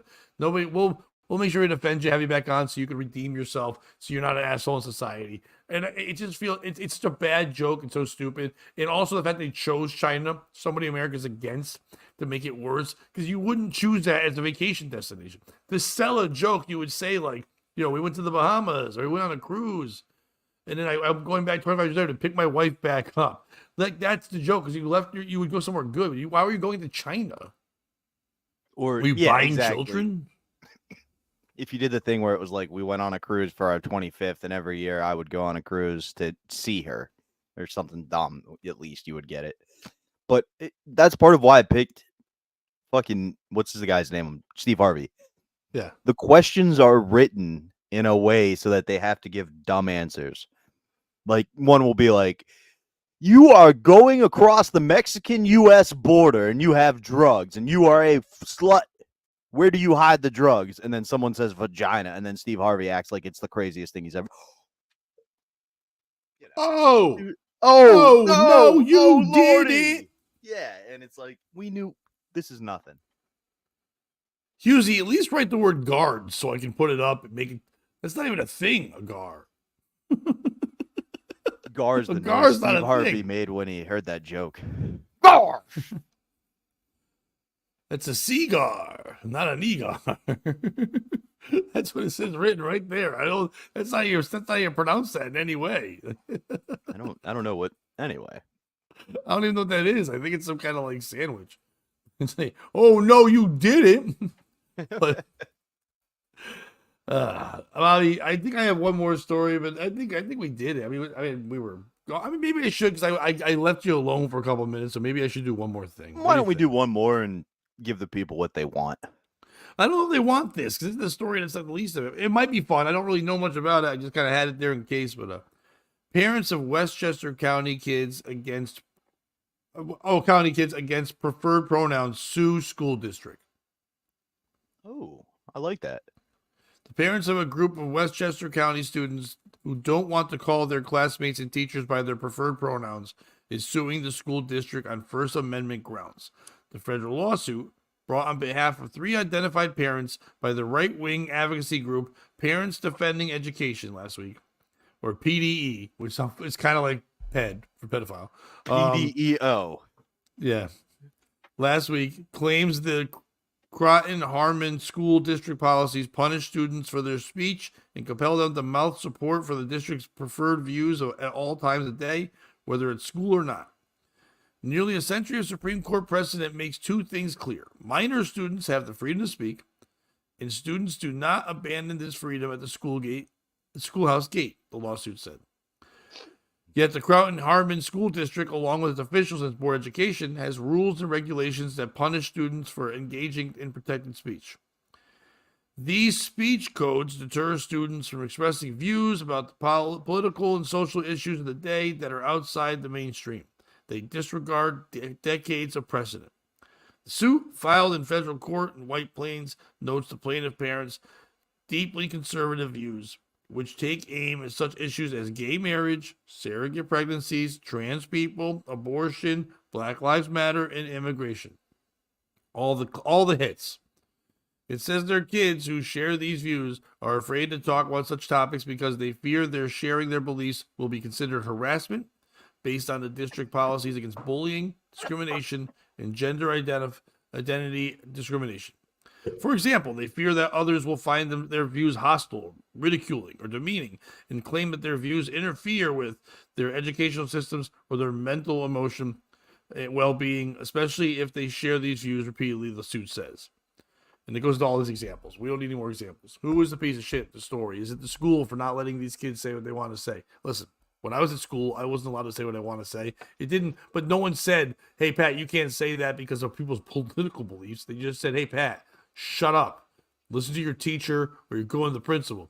It wasn't, you didn't have to explain why you told a kid to shut up or stop talking. You're like, this is school.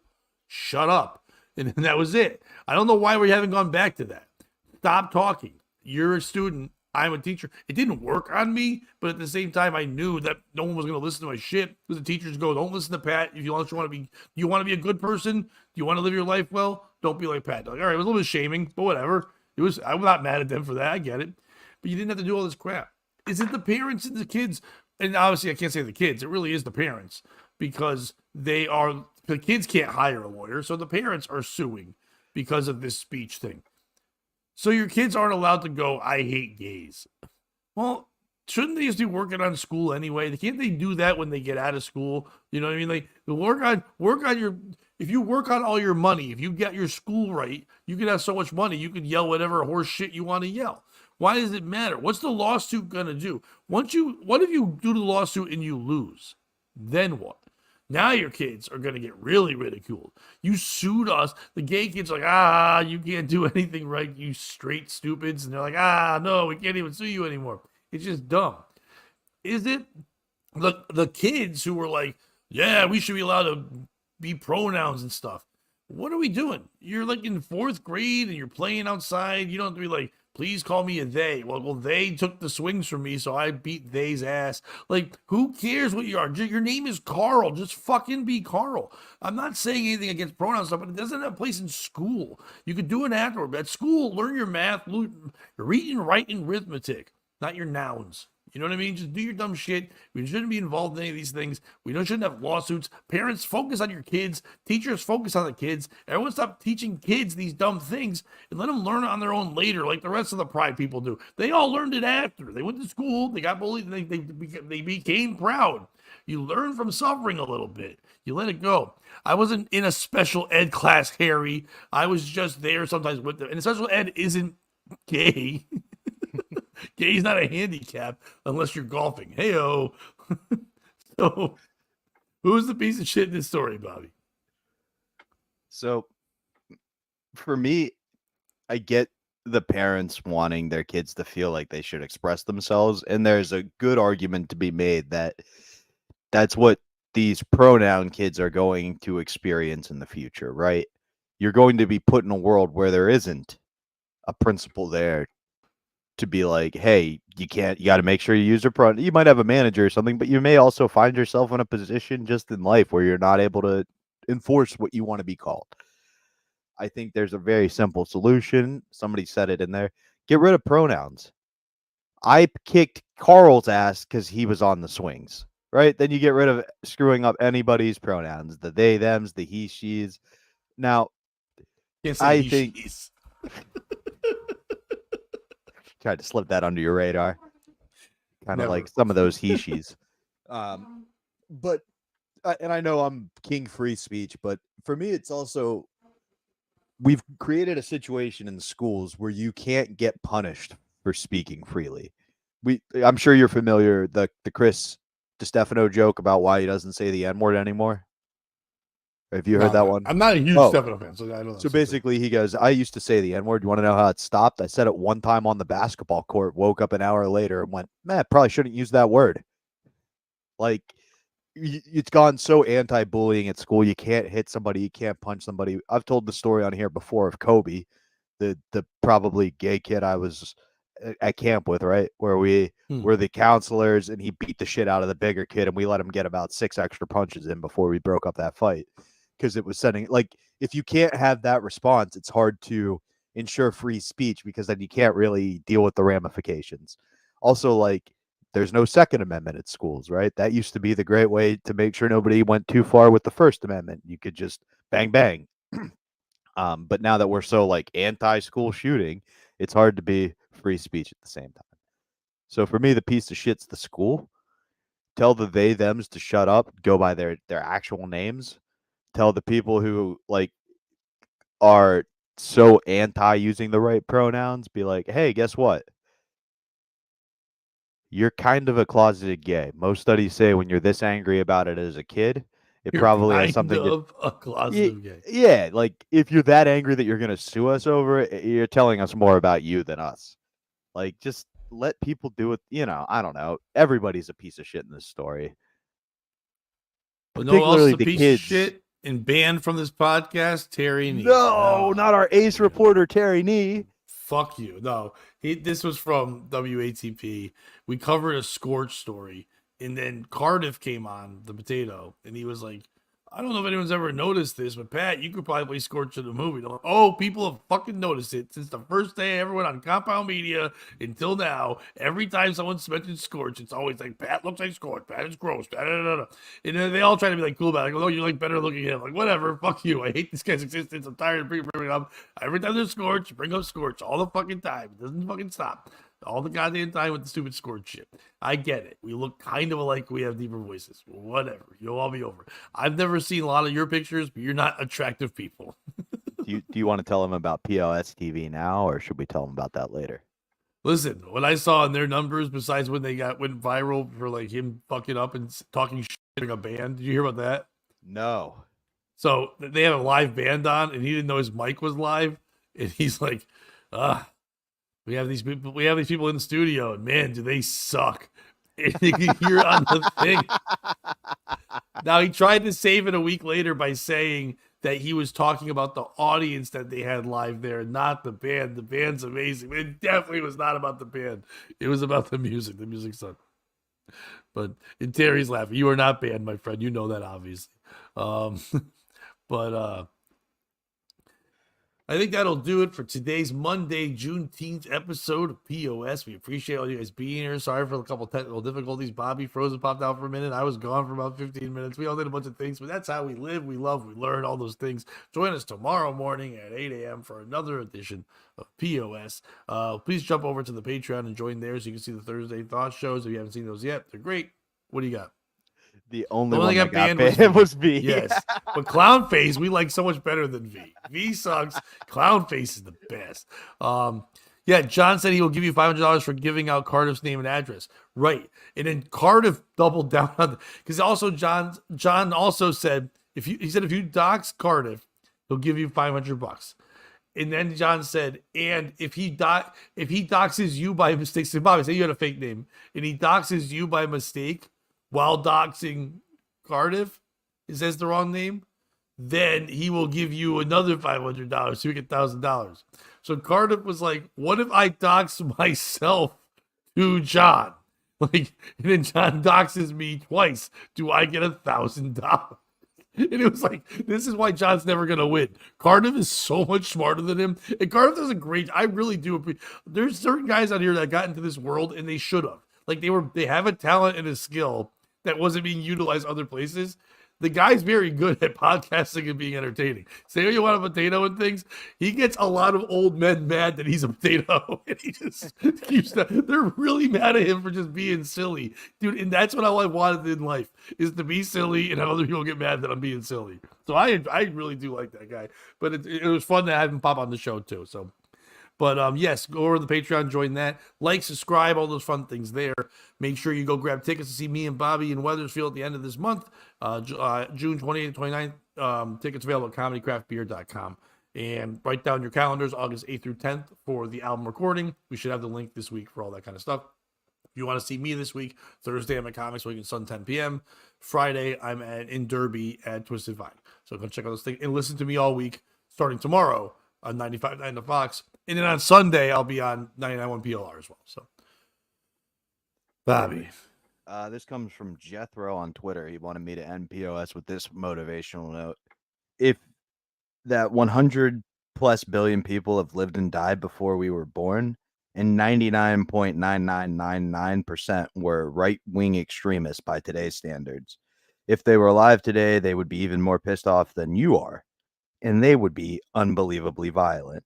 So the next time you punch a smiling liberal in the face, just imagine 100 billion people looking down on you and cheering you on. And don't be a piece of shit. I don't know if we endorse that.